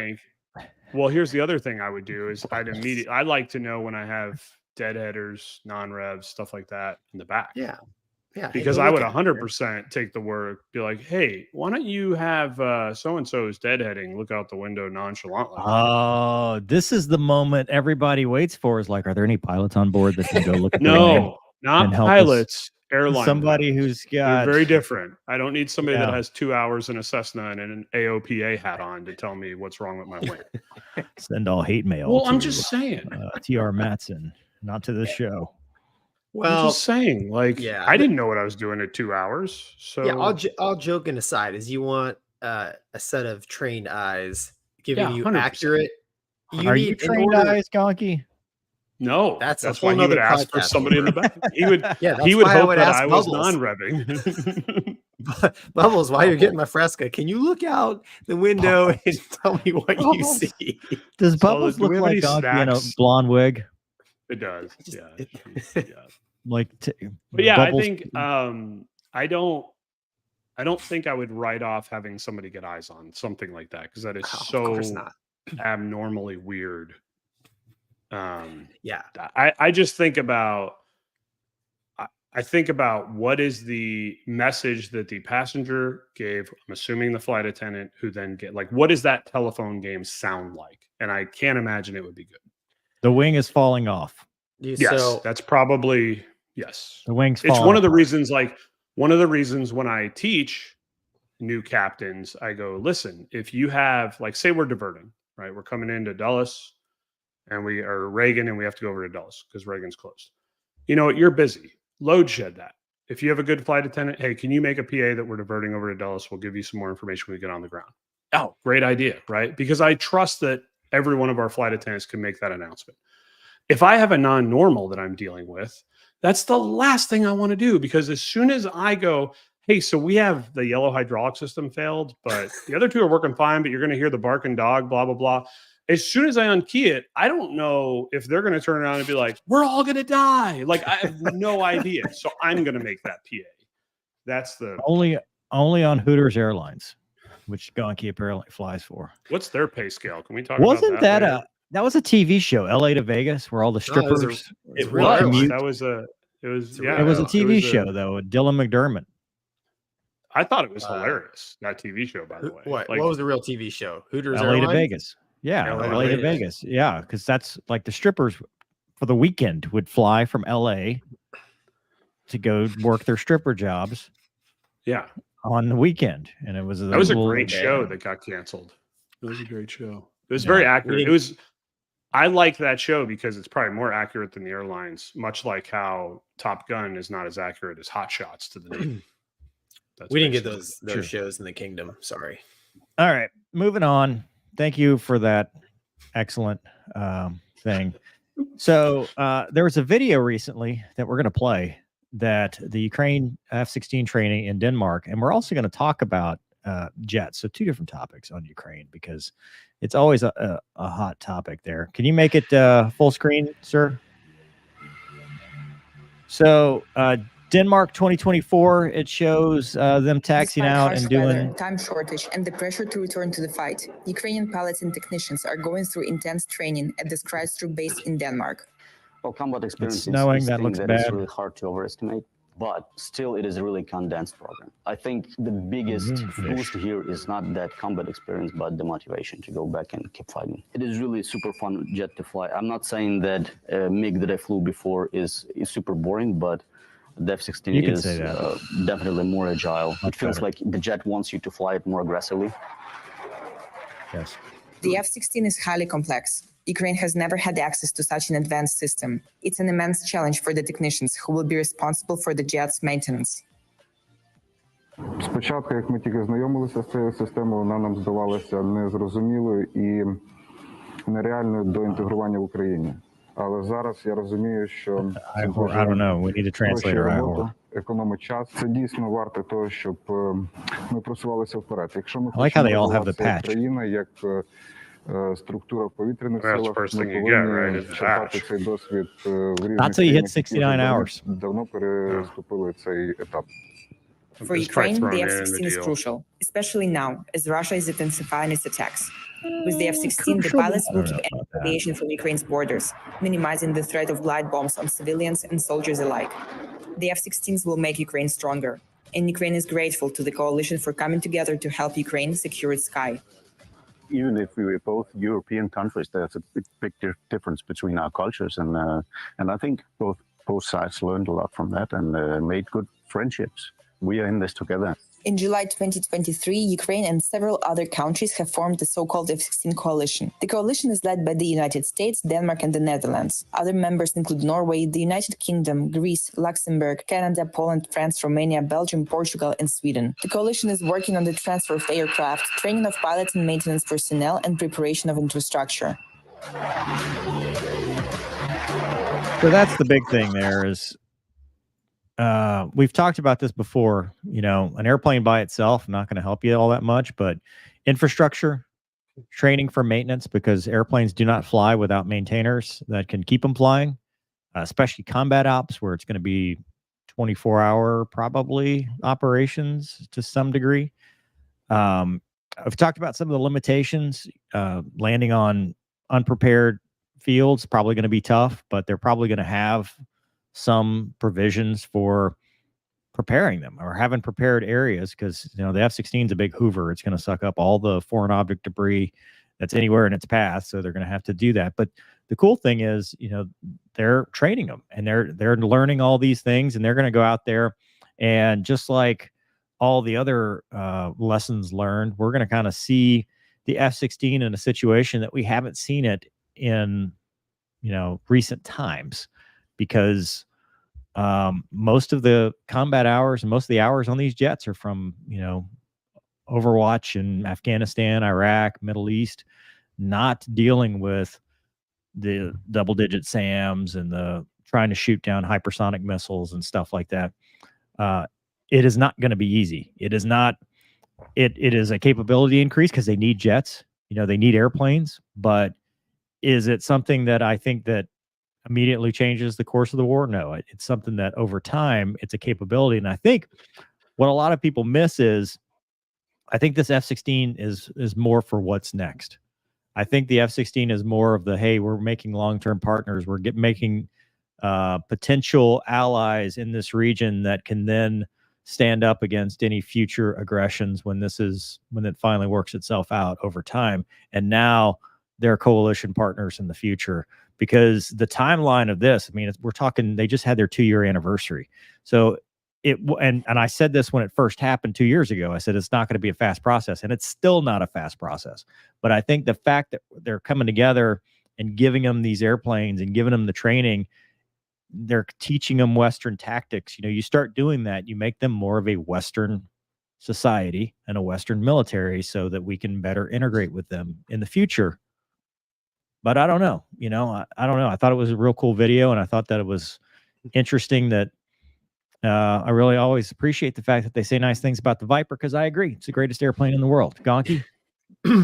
Yeah, I tell you what, man, my hat's off to the pilots and the maintainers that are going through that course to try to stand up, an entirely new weapon platform, the F-16, in the middle of a war like they're fighting. That's a monumental task. And those, I mean, like I said, my hat's off to them. I agree with you. Logistics, we've talked about it before. I'm not exactly sure that it's going to make that much of a dent in what's going on over there. I think it'll raise morale. Yeah, I think it's good for, the common soldier that's slugging it out. I mean, yeah, it's some sort of progress, that the country can report on. But I mean, like you said, those F-16s are going to be put in an environment that they have not seen, at least in the last 20 years. Like you said, we've just been flying circles, dropping. Well, the other questions that I've asked in the past have actually been answered. Canada's given them, I think, 40 AMRAAMs, which is not a lot. I don't know what the number is, but unless it's like hundreds, you could easily deplete that store, fairly quickly, depending on how long this prolongs. So, but they are getting material support in the form of weapons and missiles and stuff, which, again, you have to learn the tactics. Without the tactics, I mean, we're seeing that there was an M1 Abrams tank that was destroyed on the battlefield, and it was operating by itself. Well, that's not tank tactics to go operate as a lone tank. So without the tactics, now, right? Do we do we start learning things from this? Absolutely. I mean, this war and Israel are the two greatest classrooms on the planet right now for military tacticians. Dude, I will tell you that guy came from the MiG-29. I have experienced MiG-29 tactics, and it is 180 out. Like, the F-16 was not designed for like the same pilot that flies MiG-29s. Like, so it's going to be a huge, a monumental hurdle for those guys to wrap, especially if you got, I mean, imagine if you got 2,000 hours in a fulcrum, and they're like an F-16 with some toys. You're going to, what? Dude, you and I have done this. I mean, think about, I know this because I came from the Hornet, or the Viper, to the Hornet. And when I got in the Viper, I'm like, holy crap, dude, the Navy doesn't do anything like the Air Force. The jet's not mech'd the same way, right. None of it makes sense. But they're Western jets. But I had 1,000 hours. Like, right. 100%. That's a good point as far as, your law of primacy. What are the habit patterns that you started with, and what do you try to revert to when things get tough? Wombat, what do you think about all this? I think it's interesting. I do think it's more, and again, I think I use the word propaganda or an agenda that's trying to be pushed. That's not always a bad thing, right? I mean, you have people on the ground that are fighting for their country. They do need some good morale boosting news. And if it's that, and it sets them up in the future to have a little bit more advanced stuff, then good on it. But I agree with you, Mover. I don't really think that this single incident is going to change the shape of the war one iota. Frankly, I think it's just one aspect of it, and I think unfortunately, when you have this agenda or this propaganda, and you put so much behind something, and you give so much hope to people on something, you're setting yourself up for failure, because when that does not come through, because eventually these will be operational and they will be there fighting and they will be doing it. And if it doesn't change anything, the reverse morale effect on that can be detrimental, far worse than the positive in the beginning. And again, not to get on a leadership soapbox, but it's the same thing, right? I mean, it's well, we need people to be behind it right now. We need the rah rah right now. F-16s rah rah. Oh, it's awesome. F-16s rah rah. And then a year, 2 years, 3 years goes by and nothing's changed. Well, the dude who's sitting in a hole that misses his family is like, well, frick, where's the damn jet? Oh, there's one. Well, oh, we have them, and it hasn't fixed it all. Like, then you see it swing the other way with the morale, and that can be way worse. I'll do you one better, Wombat. What happens when the first one gets shot down? Yeah, I was gonna say it's gonna crush. It's gonna crush one side and raise morale of the other. Yeah, immensely. And that's why this is the biggest trash talking war. The war fighting has become this psychological game, and that's what I worry about. Is it's not, it's easy to sit behind a desk as a leader, whatever facet you're in, and make these unilateral decisions.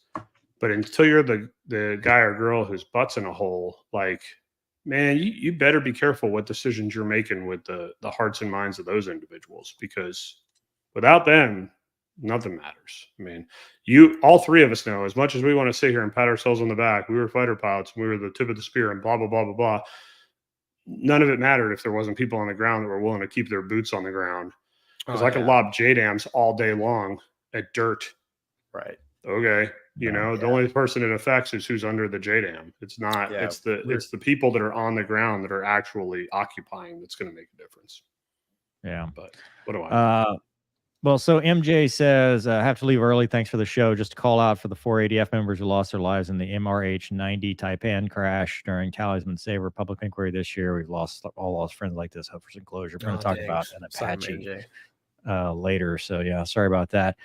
Moving on to the next thing. So on that note, which I have been an advocate for from the beginning, and this was actually also announced, so we'll talk about both of these a little bit, but it says the Ukrainian pilots in Singapore, because I guess Singapore is also looking at, there's the air show there. Scroll up, Doug. Sorry, you're moving a little too quick for me. So there's political drama for sending Gripen fighters to Ukraine, but the Ukrainian pilots have actually been flying these aircraft. You can scroll down if you can. So it basically says we're fully aligned with what's put forward by the Swedish government in this matter. Continue to work support with our Hungarian partners. So if it's granted approval, it would be a fairly rapid process to send the aircraft to Ukraine. We're moving in the right direction currently, but what they thought was going to be a quick process has turned into an 18-month ordeal. So there's support to do it, and I've talked about this in the past. Thanks, Doug. We'll get rid of that. I've talked about this in the past. I personally, knowing the F-16, knowing a little bit about the Gripen, I think the newer Gripen, if you could produce them fast enough, that's the problem, right? Production. Anything that's currently being produced, it's hard to, you got the assembly line going. They've got their customers. They've got their partners that they have to support. But in a perfect world, that aircraft is a match for that environment, because their doctrine is for, unimproved fields, being self-sufficient, being able to rearm and refuel off of these not unprepared, but roads. It's the European model. The United States, and people have asked me about this because they're like, well, how is the F-16 not? And they're like, well, because our doctrine is based off of, we're going to take airfields, and we're going to take or we're going to operate using air refueling, and we can reach out and touch somebody because we have the ability to use air refueling and forward bases that are protected by air superiority. So we don't have that problem where we're operating, we take off, and we're suddenly in an engagement zone of a surface-to-air missile or enemy fighters. So for the F-16 and the F-15, it's just not necessary. For this war, where you're so close, and these double-digit SAMs, or even the SA-5, like we talked about earlier, they can reach out and touch you as soon as you're airborne, or they can throw a hypersonic air-to-surface missile across enemy lines into where you're operating. So it is a different tactical and strategic problem that I think the Gripen is suited for, just like the MiG-29. Because we had Mace on the other day. You know, the MiG-29's got those doors that open as you get faster that allows more air in, but it also keeps the foreign object debris, because that's their doctrine. You know, they're designed for that. The F-16 is not. It is like, you know, driving a low-slung car over a gravel road. You know, the splitter's gonna get torn up. You know, you're gonna take rock damage and stuff like that, because of that big Hoover intake is made for one purpose, and that is put a lot of power, put a lot of air through it, and do BFM and now BVR stuff as it's adapted. So it's just not made for that. The Gripen is, and the Gripen has all of the Gen 4.5 stuff. So it's more advanced than the F-16. It's more advanced than these, you know, Block 15 or Block 20 midlife upgrade F-16s that they're getting. It's a better fit for what they are. It's just they're new, so you still have to produce them now. Gripen C's, maybe, I don't know, but I think a Gripen E is perfect for what they're doing. What do you guys think? Well, I think you're missing the big point here, is that there's a reason why it's the F-16 and not the Gripen. It's because the United States has to look like we're doing everything politically. Like, that's the thing. We're not. You're looking at it from an operator standpoint of what fits the theater of operations, right? Like, that is because you're an operator, but that's not what they necessarily care about, because the people making these decisions aren't ever going to fly it. Their butt's never going to be in the seat. They're just trying to make sales and deals and shake hands and pat backs and make deals in the background. That's what this is all about. It's all political, which is why it's a huge cluster that's not going to work. Hey, I got you, buddy. We can get this thing spun up super quick. Don't you worry, says the guy who's never ever flown one of them or maintained one and has any clue about it. He just says, make it happen. But once that deal is over, he walks away. He doesn't care. He looks great. But who pays for it? So him? that's the problem. Yeah, who foots the bill? Because if you're building them new, it's not like, because the S-16 is very convenient, right? Because you're, hey, we're not using them anymore. We just upgraded to the F-35. We were going to sell these to Draken or whatever. But, you know, if you're talking Gripen E, they're still making these. So either somebody has to give them up, which they're not, or you have to redirect your own assembly line, and who's footing the bill?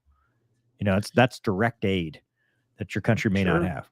Yeah. I mean, Wombat's right. There's definitely some politics going on here. What's best for Ukraine and what they're going to get are two different conversations. Unfortunately, they're going to get what the politicians determine they're going to get. And I think Wombat's probably right. I agree with Mover and the fact that the Saab is better. I would even argue give them more MiG-29s, an airplane they're already used to flying. Update them. It fits into their logistical system already. I think it'd be easier to give them other countries MiG-29s that are updated, but the U.S. doesn't have any power over that. I don't even know, logistically getting new parts and stuff for MiG-29 would be possible. But I mean, it's kind of like in Malaysia when they brought the Typhoon there to try to sell it to them. I mean, Malaysia's base was pretty nice, but the Typhoon and like the F-16, you're dealing with like it's like a Formula One race car, right? It just requires like, a really high level of care, and in an environment, in a war zone, that might not be possible. And the F-16 is no good sitting there in the chocks, because you can't fly it because your prepared surface isn't prepared enough. And that's a real tragedy for these guys that are the service members are the service members. They're just taking orders and they're doing the best they can. And it's a tragedy for them to just watch their airplane get blown up on the ground. I'm not saying that's going to happen, but It will. it's, that's the sad part. And honestly, even in the US, even in the Navy, man, in the US, political decisions have hurt, our fighting forces. It happens. It's not just confined to, No, 100%. Ukraine in this case. So Well, I think you're right on that. and It's there's also ridiculous. the I mean, you look at what we have. A Charlie Hornet would be better suited for that environment Yeah. because at least 100%. it could handle. I mean, I love the Viper. Don't get me wrong, Uber. Yeah. Like anything I say bad about it is just because I didn't get to fly it. But like, you're right. Like, I mean, dude, that intake. When I think of that, and you land that thing on a road, I'm like, good freaking luck, bro. Well, and That's it gonna doesn't suck have up the every pebble. landing gear Man. either for No, any kind I of mean- it's or the but so the other piece to this too, I wanted to keep them together, is that they were talking about the Mirage 2000 and they're looking at finalizing a deal to get the Mirage 2000, which I don't know a whole lot about except for what Gonky and I did with DCS, but from what I've seen, it is not as like. What do you guys know about the Mirage 2000 as far as being a bomb truck? I mean, is it going to be able to do the dual role as well as an F-16 or a Gripen, or is it just going to be an air-to-air fighter and that's it? Because I think it's more. it's that, isn't it? another Isn't that what it Delta was wing designed airplane. as? Yeah. Yeah.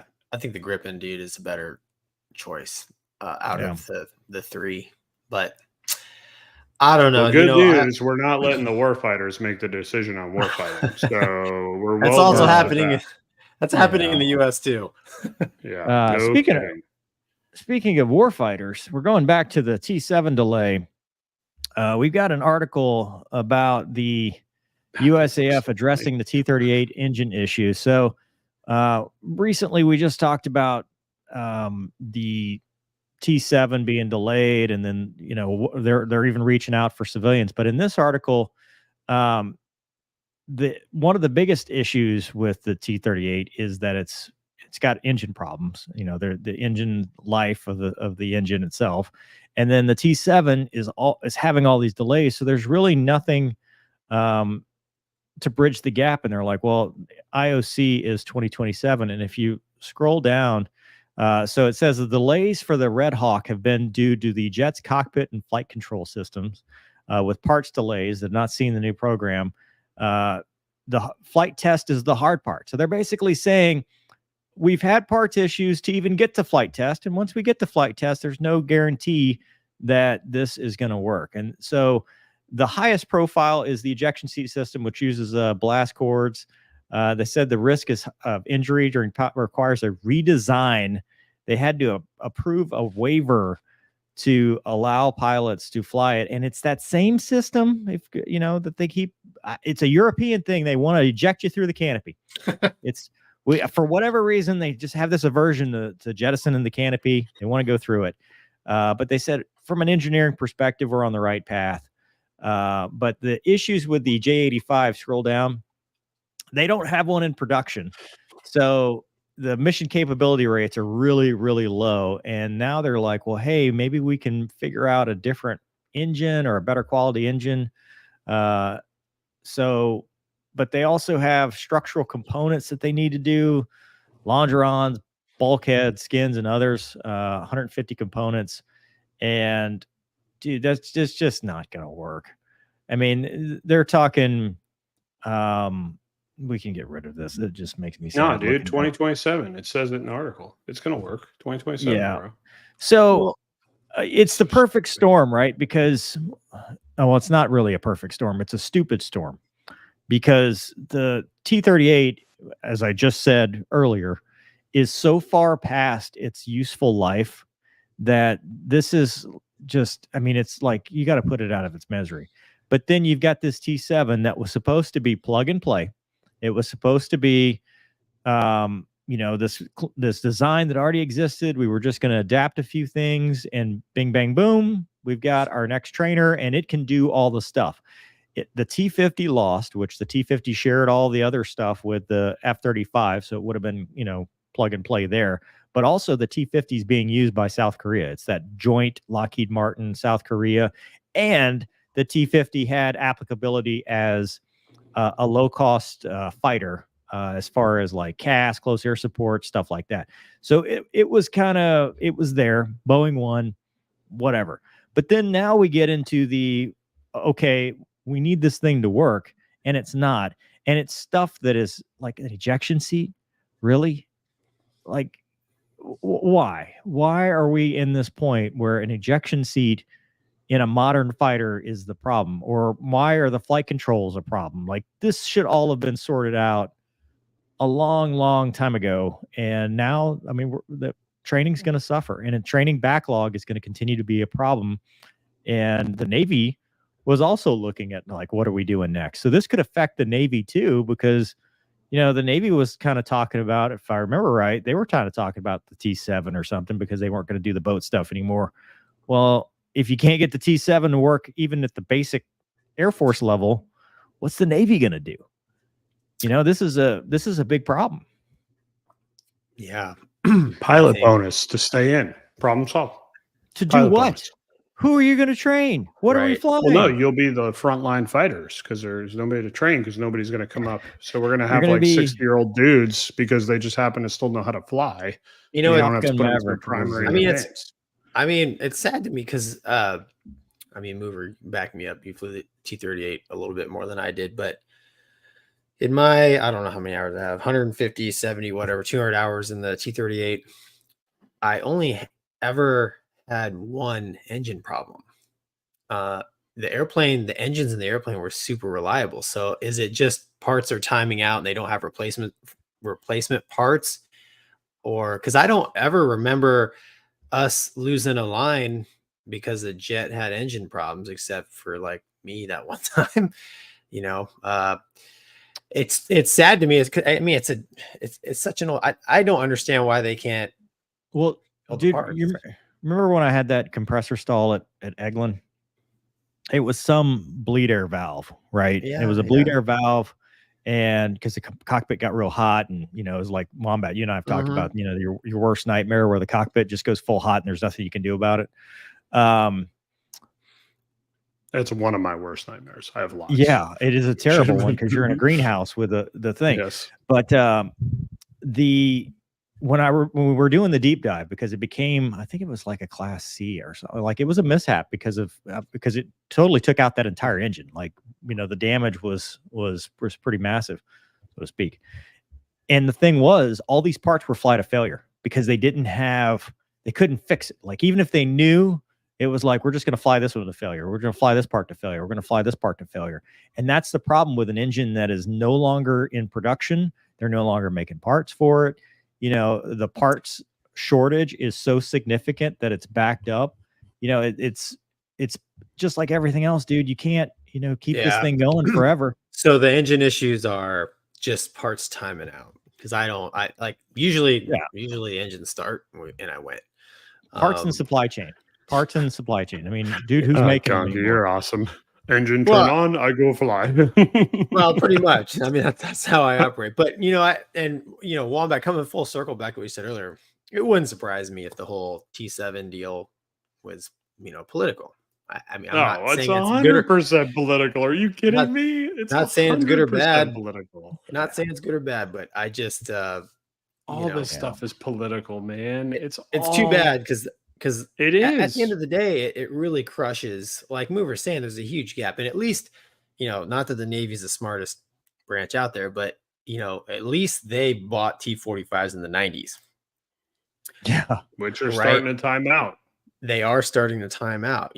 Before that, they had the A4, which was about the same time the Air Force had 38s, right? So it's crazy that the Air Force has been able to keep them going as long as they have, and it is. I mean, whoever the dude in the 80s was who was in charge of like ATC aircraft, it's like, dude, you let us down, man, because that replacement airplane should have came a long time ago. Yeah, but you remember the 90s were, dude, there was the drawdown, and then where's all the money getting funded? We needed light attack in the 2000, like we needed. We're always fighting the current war, not the next war. And the same thing with AETC when they're like, okay, we got this T6, cool. that was based off of a Pilatus. So Right. we didn't clean sheet design that one. We got rid of the tweet. Cool.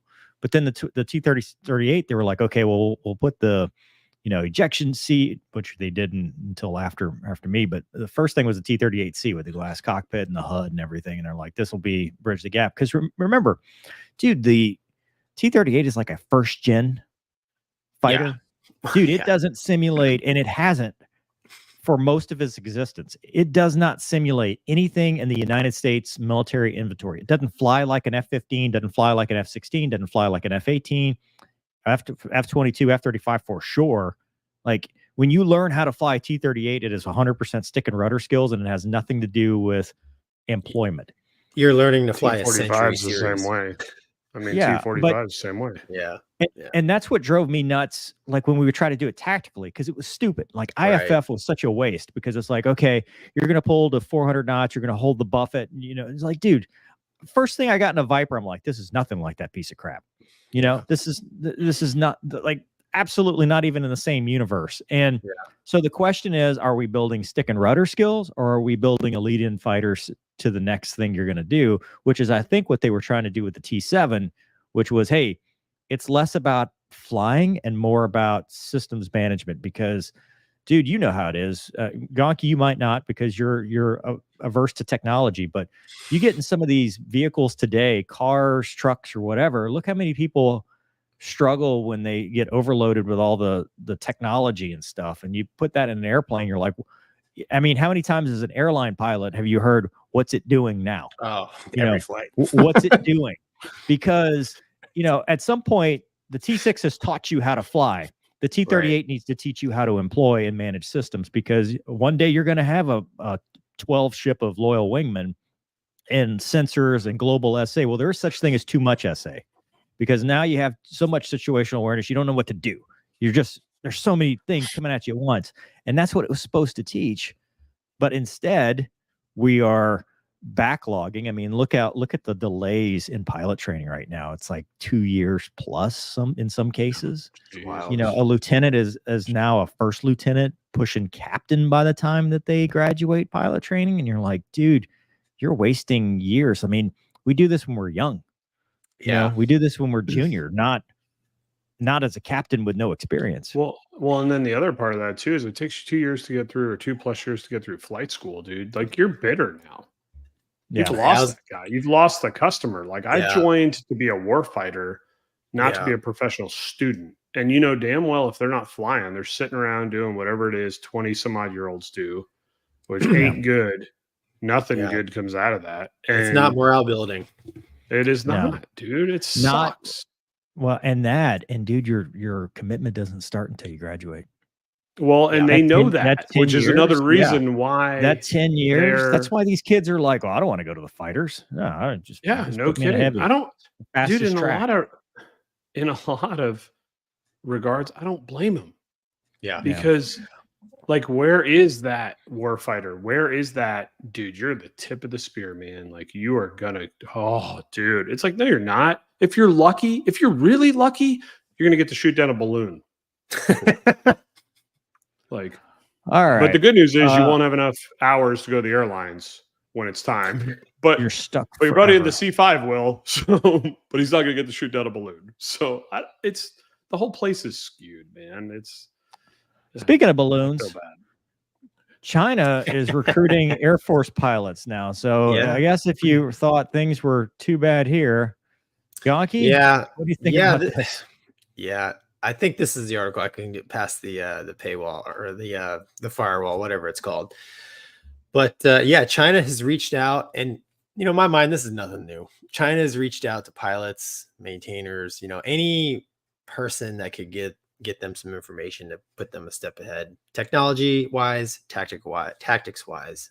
Apparently, they're being a little more maybe brazen is the right word in their approach, and I don't think it was this article, but I read another article where they're having basically a big meeting about it and kind of what to do about it to combat it. So I'm sure it'll end up on our list of mandatory training that we're going to have to do on drill weekend instead of my real job. But it's right here.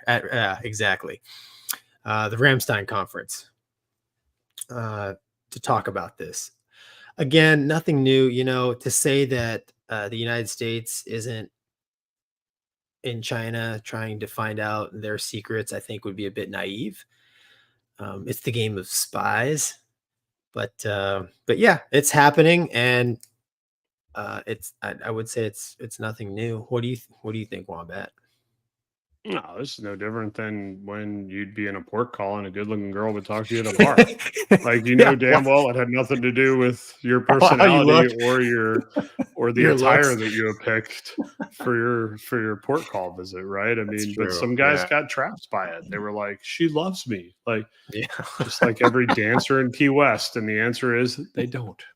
They don't. I don't know. The fact that we have to have conferences to talk about this is a little bit ridiculous, but whatever. We talked about an article about this previously. It was was he a Harrier guy in Australia? He got hemmed up because he was God, what was he? I think the Australian authorities got him, and he was basically doing that. He was training Chinese pilots. So I'll say the exact same thing I said back then. Don't, I mean, dude, even if you're out, there's a certain level of patriotism, and you have to realize that China, Russia, North Korea, they're threats. If we're not in a shooting war, we're still worried about them as threats. And when you raise that right hand to say, I will support and defend the Constitution of the United States against all enemies, foreign and domestic, it didn't really have an expiration date. So if you are in this situation, I don't think, it's really providing aid and comfort to the enemy. We might not be at war with them, but make no mistake, they're not our friends. So I think it's very important for anybody that has that information to keep it where it needs to be. China's always going to do what's in China's best interest. There's no doubt about that. So you can't fault them for wanting to do this, but any U.S. service member that takes the bait, there's a problem. I got a problem with that. That's not right. With that.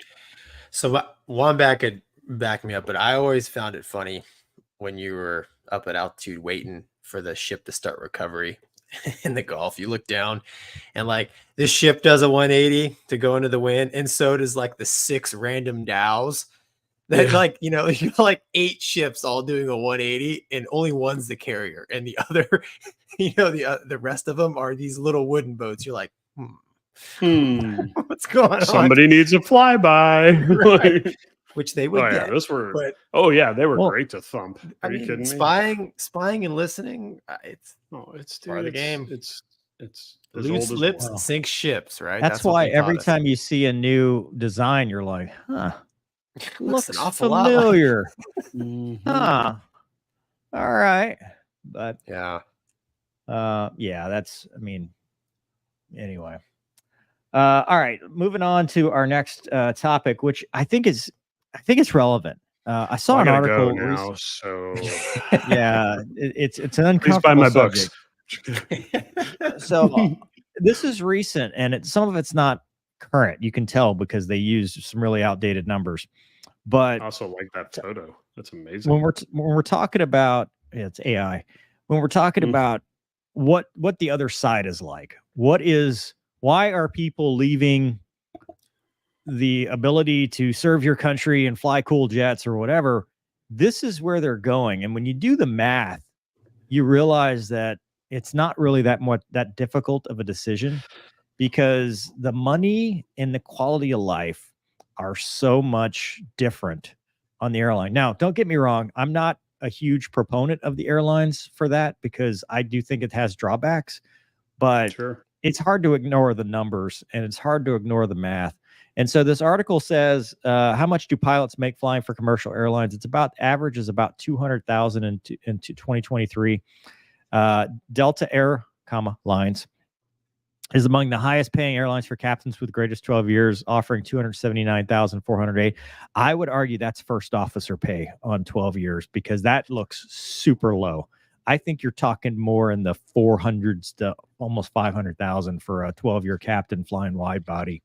But Wombat, I don't know. Am I? That's well, you're saying many different things, right? So you can't, like, if we're talking averages and things like that. I mean, the footprint of people that are above 12 years and that are flying wide body and that are flying captain, that's not a huge chunk of the airline, right? So, well, this says captains at Delta can earn a salary of $279, which is true, but that's $279 would be on the low end of a captain at 12 years.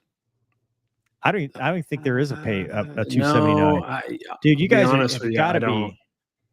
Well, but you got to remember, it's the old adage. Maybe you don't know this. What I was taught when I was looking into this is when you fly at a legacy carrier, you take the hourly rate and add 3 zeros, and that's if you fly the average amount. That's getting paid 1,000 hours a year, which is not the average pilot. Honestly, right? You're making more than that. I'd say the average. Well, it depends. I made 76 hours this month, right? So, I mean, that's not keeping me on the average of 1,000 a year. So, I'm not knocking that number. I'm just saying there's a big difference, right? Are you a year two captain on a 7-1 or? So what would be an average? I think it's such a wide. That's the thing is when you're talking an airline, right? And you have people that have been at the airline less than a year that are captains, because that's new. They said all the way years. up to somebody. I understand. I'm just saying you're talking averages here, right?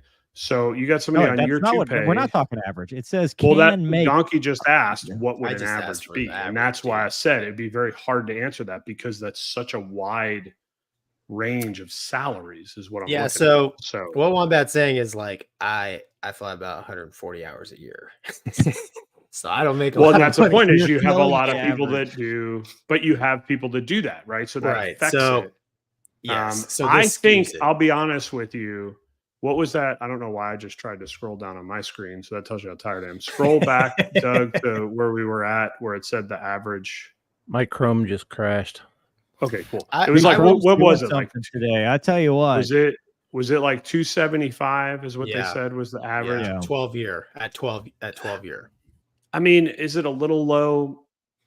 Maybe with the new contract, but with our old contract, I'd say no. It's pretty average. Mover, so where you're going, and I'm not telling anybody what my salary is. I like that people are asking as a reference. Tell us what you made. I'm not going to do that.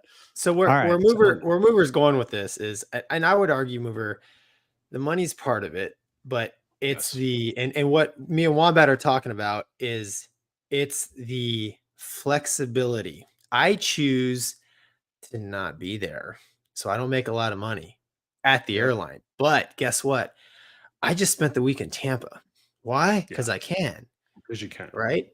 And I haven't flown in 2 weeks, and I've only had 1 week of vacation. So it's a full-time job. So there's enough money there and enough flexibility to where you can shape the job around your life. Whereas if you're a military pilot, your life is a distant second, and military flying is right up front. It's mandatory, right? So that's, in my mind, that is the big draw. Mover brings up airline pilot salaries, which is a huge part of it. If you want to chase dollar bills, you can do that. But if you want to, if you want to be like Gonky and the first time is every time you get in the airplane, you can do that too. But and that's very rare. It is the dollar bills because it's the opportunity cost. Well, that's what we're saying. For example, if you could make round numbers, let's say you're a reservist. Well, let's say you're not. Let's say you're full-time. You're a full-time employee. 04. You're a major because this is about the time things are happening. 04 with dependents, stuff like that, about let's say $13,000 a month. Okay. For an airline pilot, you can do $13,000 easily in that same month, but you're only doing 4 days, 5 days. You know, you can easily get into the 20 to 25,000 a month. I don't think you're working 4 or 5 days for 13 grand. I If you're don't sitting think reserve, that's you are. inaccurate. Well, Wide hold body on, reserve. but hold on again, and this is where the disparity of the different But that's what parts I'm of the talking. airlines. But is a Wombat, factor, right? I'm not talking about numbers for numbers. I'm saying for somebody who is like, I'm leaving to get that seniority number because this is where I want to get. That is, you have to start at some point, and they're Agreed. jumping Agreed. to get to the point where it's like, hey, dude, I could work a full month, go through all the same BS, or I could go sit reserve, or I could go do, 8 days a month. Agreed. Or I do whatever agree, to and get there's to that point. definitely a progression, and I think the biggest thing that a lot of military guys are starting to realize is it's getting that seniority number. That's all that matters. I mean, so here's an example of that, right? So I got out of active duty in 2014. I retired from the reserves in 2022, right? So if I had stayed in, I wouldn't have been able to retire at the exact same time, right? So now I've been at the airlines for 9 years, and I'm starting to see people that stayed on active, right? And they're starting to get off active and come in. Okay, well, I just saw a guy that was in my squadron. He had a 17,000 seniority number. I have a 6,000 seniority number. We're the same age. Like, those are two vastly different careers going forward. Now, one can make the argument of, well, they're service to country and all that, and I'm not going to take away from that. But the other argument I'm going to make is, I don't care what you're making in your active duty retirement, because I'm going to trump it with 10,000 seniority numbers ahead of you. I promise you.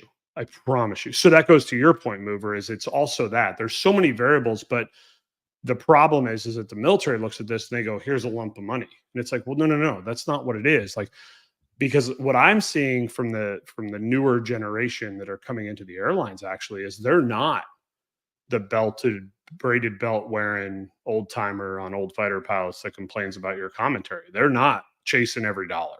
They're actually working less. And they're going, I know I can have the quality of life. I could live just fine off 60, 70, 80 hours a month. That's all I need. But I can live within my that's means, exactly right. But then I have a ton of time off. And that's the problem, is where the military is not fixing this problem, is they are just crushing the individuals that stay, but they throw them a lump of money. And it's like, well, dude, you can only do that to so many people before people go, whoa, there's a lump of money over there too, but they leave me alone when I'm not working, right? They give me vacation that I can actually take, not make me feel guilty about taking leave and not checking my email. They actually take care of me when something goes wrong with my family. There's more to it than just the money. The money is good. Obviously, it's getting better because of new contracts and stuff like that. But I think it is one piece of the pie, but it's not the whole pie. And I mean, but you're doing what I did, right? So when I was drilling down in Pensacola, and then I got offered the ability to be an instructor, which came with a pay raise at the airline, I would lose $400 a day to go drill. Like, well, what? Like, so now I got to go away from my family and make less money and stay in a BOQ. And sometimes I work with some of the greatest individuals in the world, and other times it's the most painful thing in the world to teach them because they're entitled and they didn't want to be there in the first place. And it's like, well, I don't need this. I can just go. And that's why I found a different route to finish out my time. Right. So that's what I think. This is more of there's a bigger problem here that I think that the Air Force, the Navy, the Marines, well, maybe not the Marines the same way, but aren't really addressing. They're just throwing money at the problem, and that's not working for any of their problems, frankly, at this point. And they're not throwing enough money change at the problem. I don't know if there is enough money. If you treat somebody bad enough for over a decade, I don't know if there is enough money, to be honest with you. I mean, dude, you're just pouring salt in my wounds right now. I'm just yeah. I'm just saying, I really don't. I don't know if there's enough money that the military can throw at them after making them sit through 2 to 3 years of flight school, and then they just get treated like garbage, and they're getting poor salaries, and they're putting their life on the line, and they're given crap equipment to work with, and they're given all these ground jobs to do because people are getting out. We don't have enough manning, so we have to do this. And oh, by the way, you also have to be this, this, this, and this. Plus, you better have your tactics down, bro, because tactics are important, but also you got to do all this stuff. Oh, you just caught a one wire? Well, now we're going to crap down your throat because you had one bad pass. But good news is you're going to have more time to practice that pass because we're surge cruising because that carrier couldn't make it because we don't have enough manning over there because it's a new carrier and we couldn't get the contracts right. So we don't have everything we need to have an aircraft carrier go. So you're going to go again. Oh, by the way, here's a chunk of money. You want to stand for another decade of this crap? Dang, dude, you just summarized like an entire naval aviator's career in about 15 seconds. I mean, that's the reality. All valid. So, 100%. Yeah. Yeah. Or you could, go fly big airplanes and design your life around it. That's what I've done. I mean, that's mover knows, I feel bad. That's the thing though. Like, don't take my anger. Like, I feel bad because like I want more than anything to be able to sit here and be like, bro, go join the military, man. It's amazing. The things I did, the friends I made, the experiences I had. Oh my God. Well, that's true. Shaped. It is. But then when I look at it from this side, I'm like, what are we doing to our people? Like, why can't we just take care of our people? They're our most valuable asset. Yeah. Well, agree. on that topic, best non-military pathways are to the airlines. Have no idea. So I started to go down. I think it's honestly all ATP is the quickest way right now. It's all ATP, regionals, and then majors. You could do it in no time. Well, so I did UND, right? So I did the whole collegiate aviation thing, and in hindsight, I would not have done that.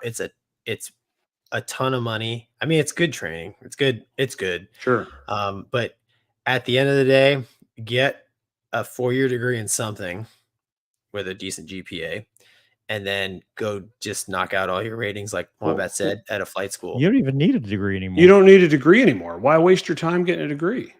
Oh, my dad is old. Don't get a degree. That's what I would. I mean, honestly, my kid's way too young to even have this. But like, if I had a teenager who wanted to become an airline pilot, I'd be like, dude, do some AP courses in high school, get ahead on that, go start flying, fly your butt off, get your rating. No, I feel real. Fly your butt off, and then if you want, once you've got the hours and you're sitting there sloughing away at the regionals to get more hours to get on with the major, go do a degree online because who cares where the degree's from, right? Yeah, it's a piece that's of paper.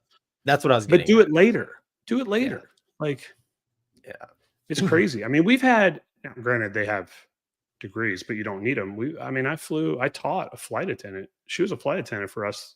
Less than 3 years from the date she stopped being a flight attendant to the day she was type rated in an Airbus. 3 years. All did it on her own. 100% on her own. There you go. I mean, from 0 hours to Airbus type at a major. Couple chats and then we'll get to the mental health minute here. David Bond says, send Hawkeyes to dogfight the remaining A-50s. Thanks, David. Okay. With Trons. Angie says, I was in a leadership seminar. Speaker asked for 3 words to guide pilots. I was the only one saying aviate, navigate, communicate, nerd that I am. I may or may not have a file of notes, nuggets from this show. Good on you, Angie. That's awesome. Cluterus says, off and on, girlfriend of mine called it quits with me for probably the final time. I'm struggling real hard at work right now. How do Navy guys on boat tours deal with this kind of stress? The girlfriend stress? I think the easiest thing is like it's very easy to think that whoever this person is was the one that was meant for you. But if they were truly meant for you, it wouldn't be on again and off again. There's somebody better for you out there. And the people that are better for you out there will fight for you. So anybody that's not willing to fight for the relationship, you don't need them. Move on.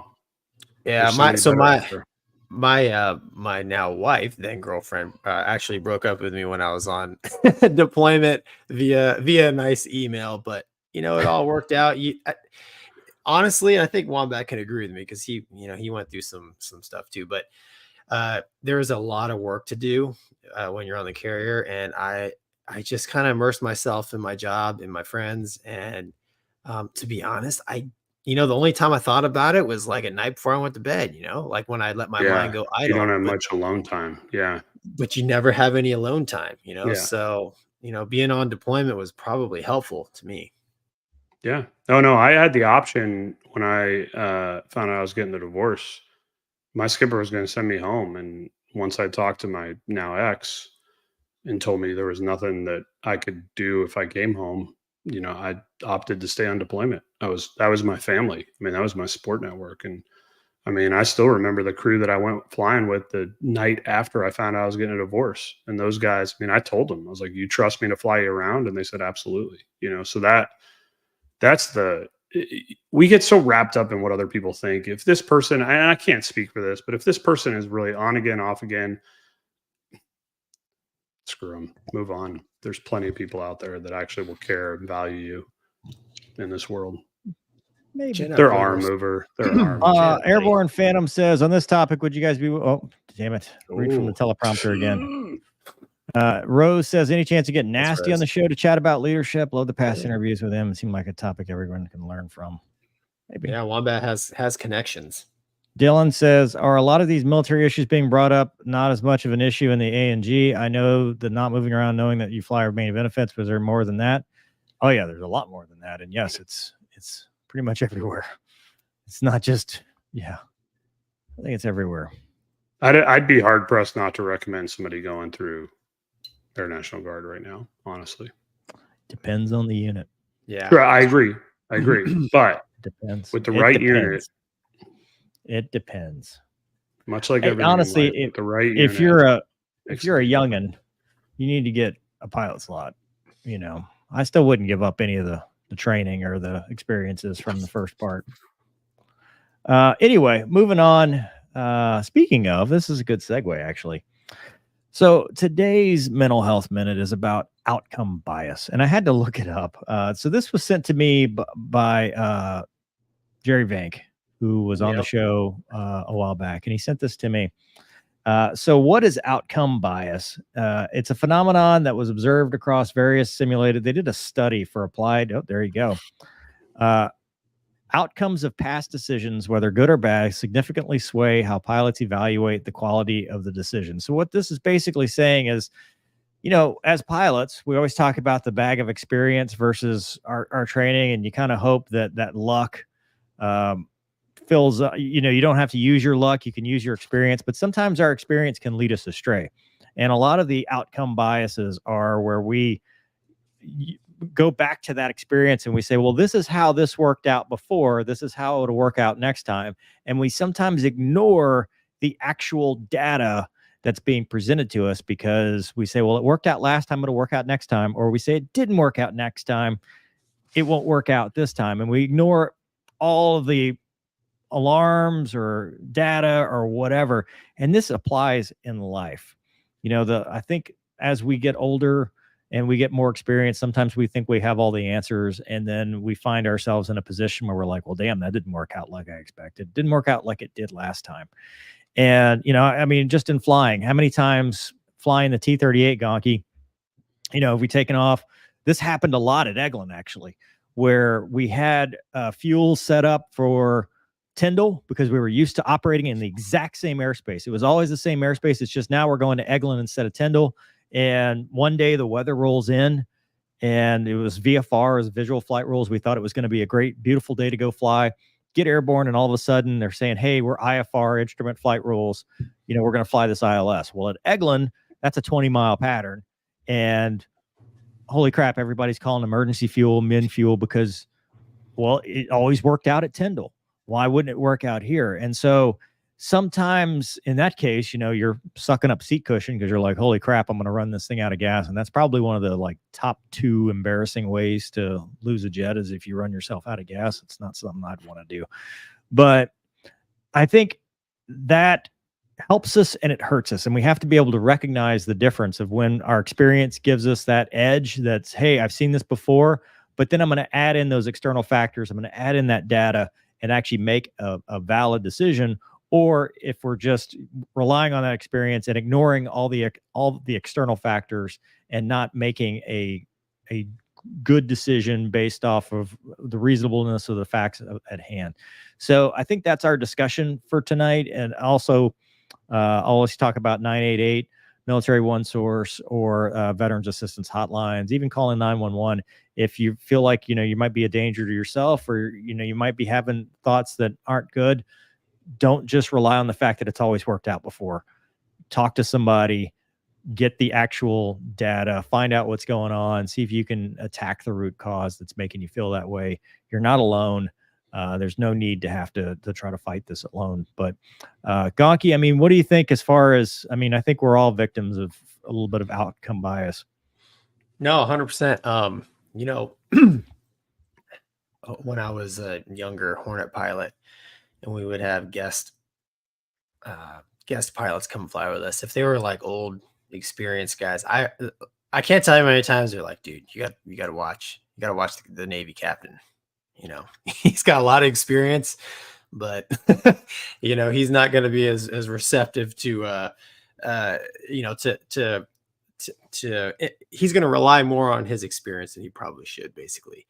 And it's funny because, you know, I think we can all attest to this. Like the more experience that I gain flying airplanes or really anything in life, I mean, I think this just naturally kind of happens. I think actually your brain is kind of wired like that. You know, I mean, it's always looking for the easiest way to do things. And sometimes, you know, if you're like, well, this is what's going to happen because this always happened before. I've had this experience before, despite what's, you know, what's right in front of me.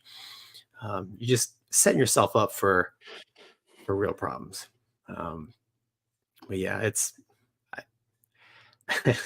I kind of think of it as like becoming an old man, just me personally, but you're muted.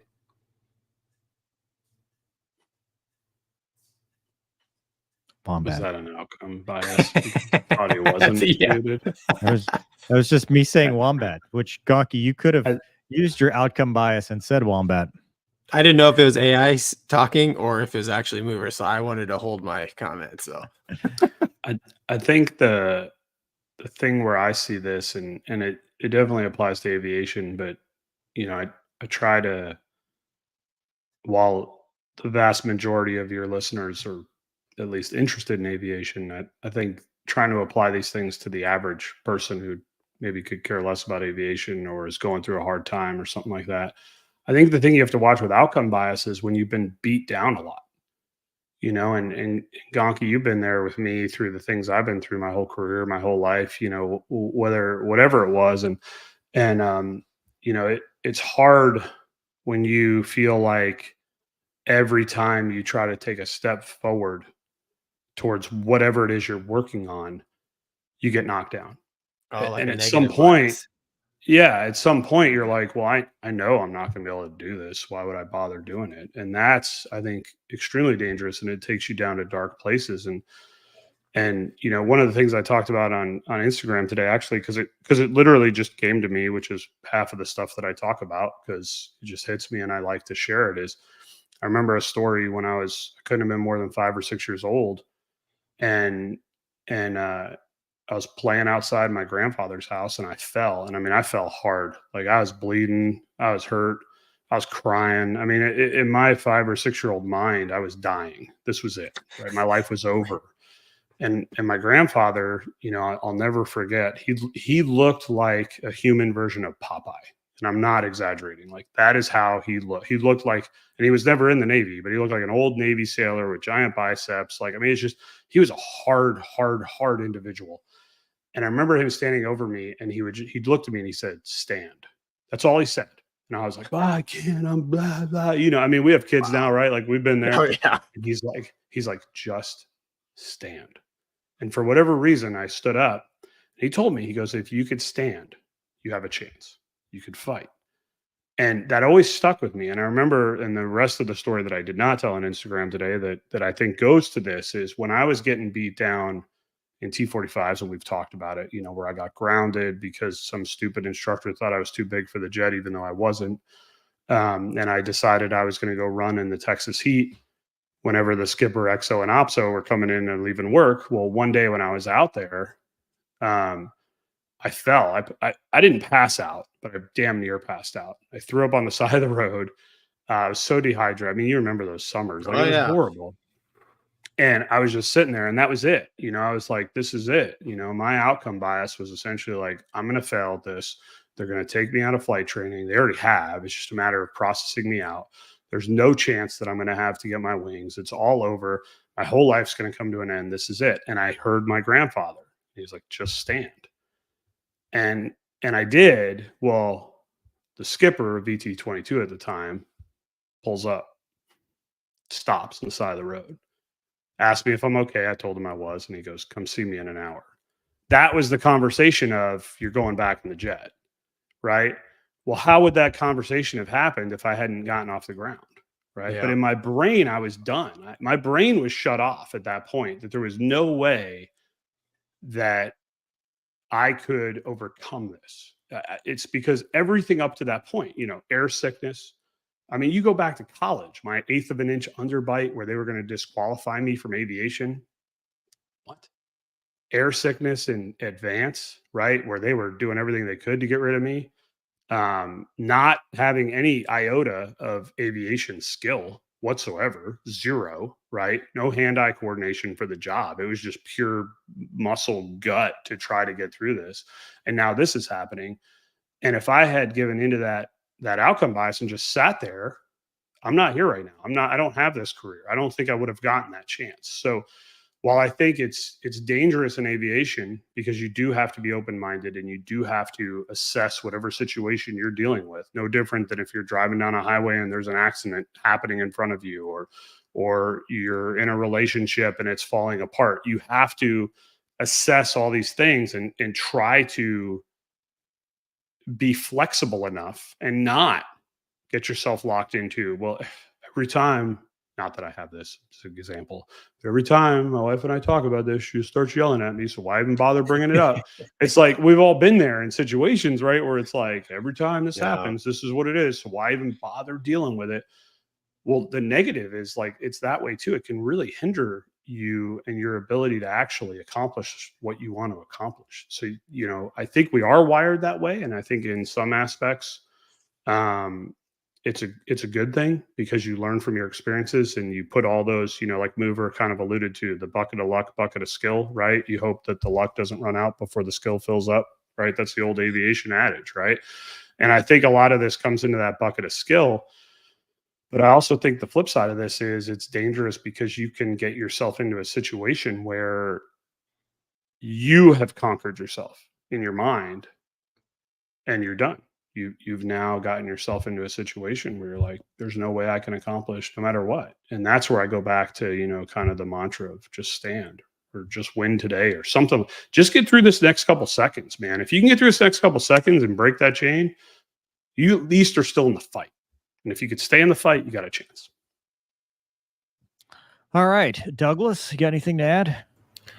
You might have seen it. It's written on the side of my race car. It says, if it's stupid and it works, it's not stupid. And that's a good lesson, that you shouldn't take psychological advice from something written on the side of a race car. If it's stupid and it works, it was stupid and you got lucky. Valid. It's valid. All right. That's all I've got. That's awesome. All right. Awesome. Luna has arrived. She skipped last week because her contract says that there could be only one princess per show. So she can't. If there's another woman on the show, she's like, nope, I'm not doing this. All right. We got some chats and we're going to sign off because we've gone away. Plutura says, thanks, Wombat and Gonky. I needed to hear that. Man. Aaron says, this channel has more subscribers than Dale Jr. download on YouTube. I'll go race a race car. Thanks. Dale. Do it for Dale. Davey says, we're going to talk about the dead airmen. Oh, the Apache guys. No, he's talking about the dude that set himself on fire. Oh, Yeah, we already We kind did. of addressed that. Yeah, right? I talked about that. yeah, sad. I mean, that's a mental health Yeah. thing, I think. Freediver, which I think that's a game now or something. I've been seeing that on the Twitter.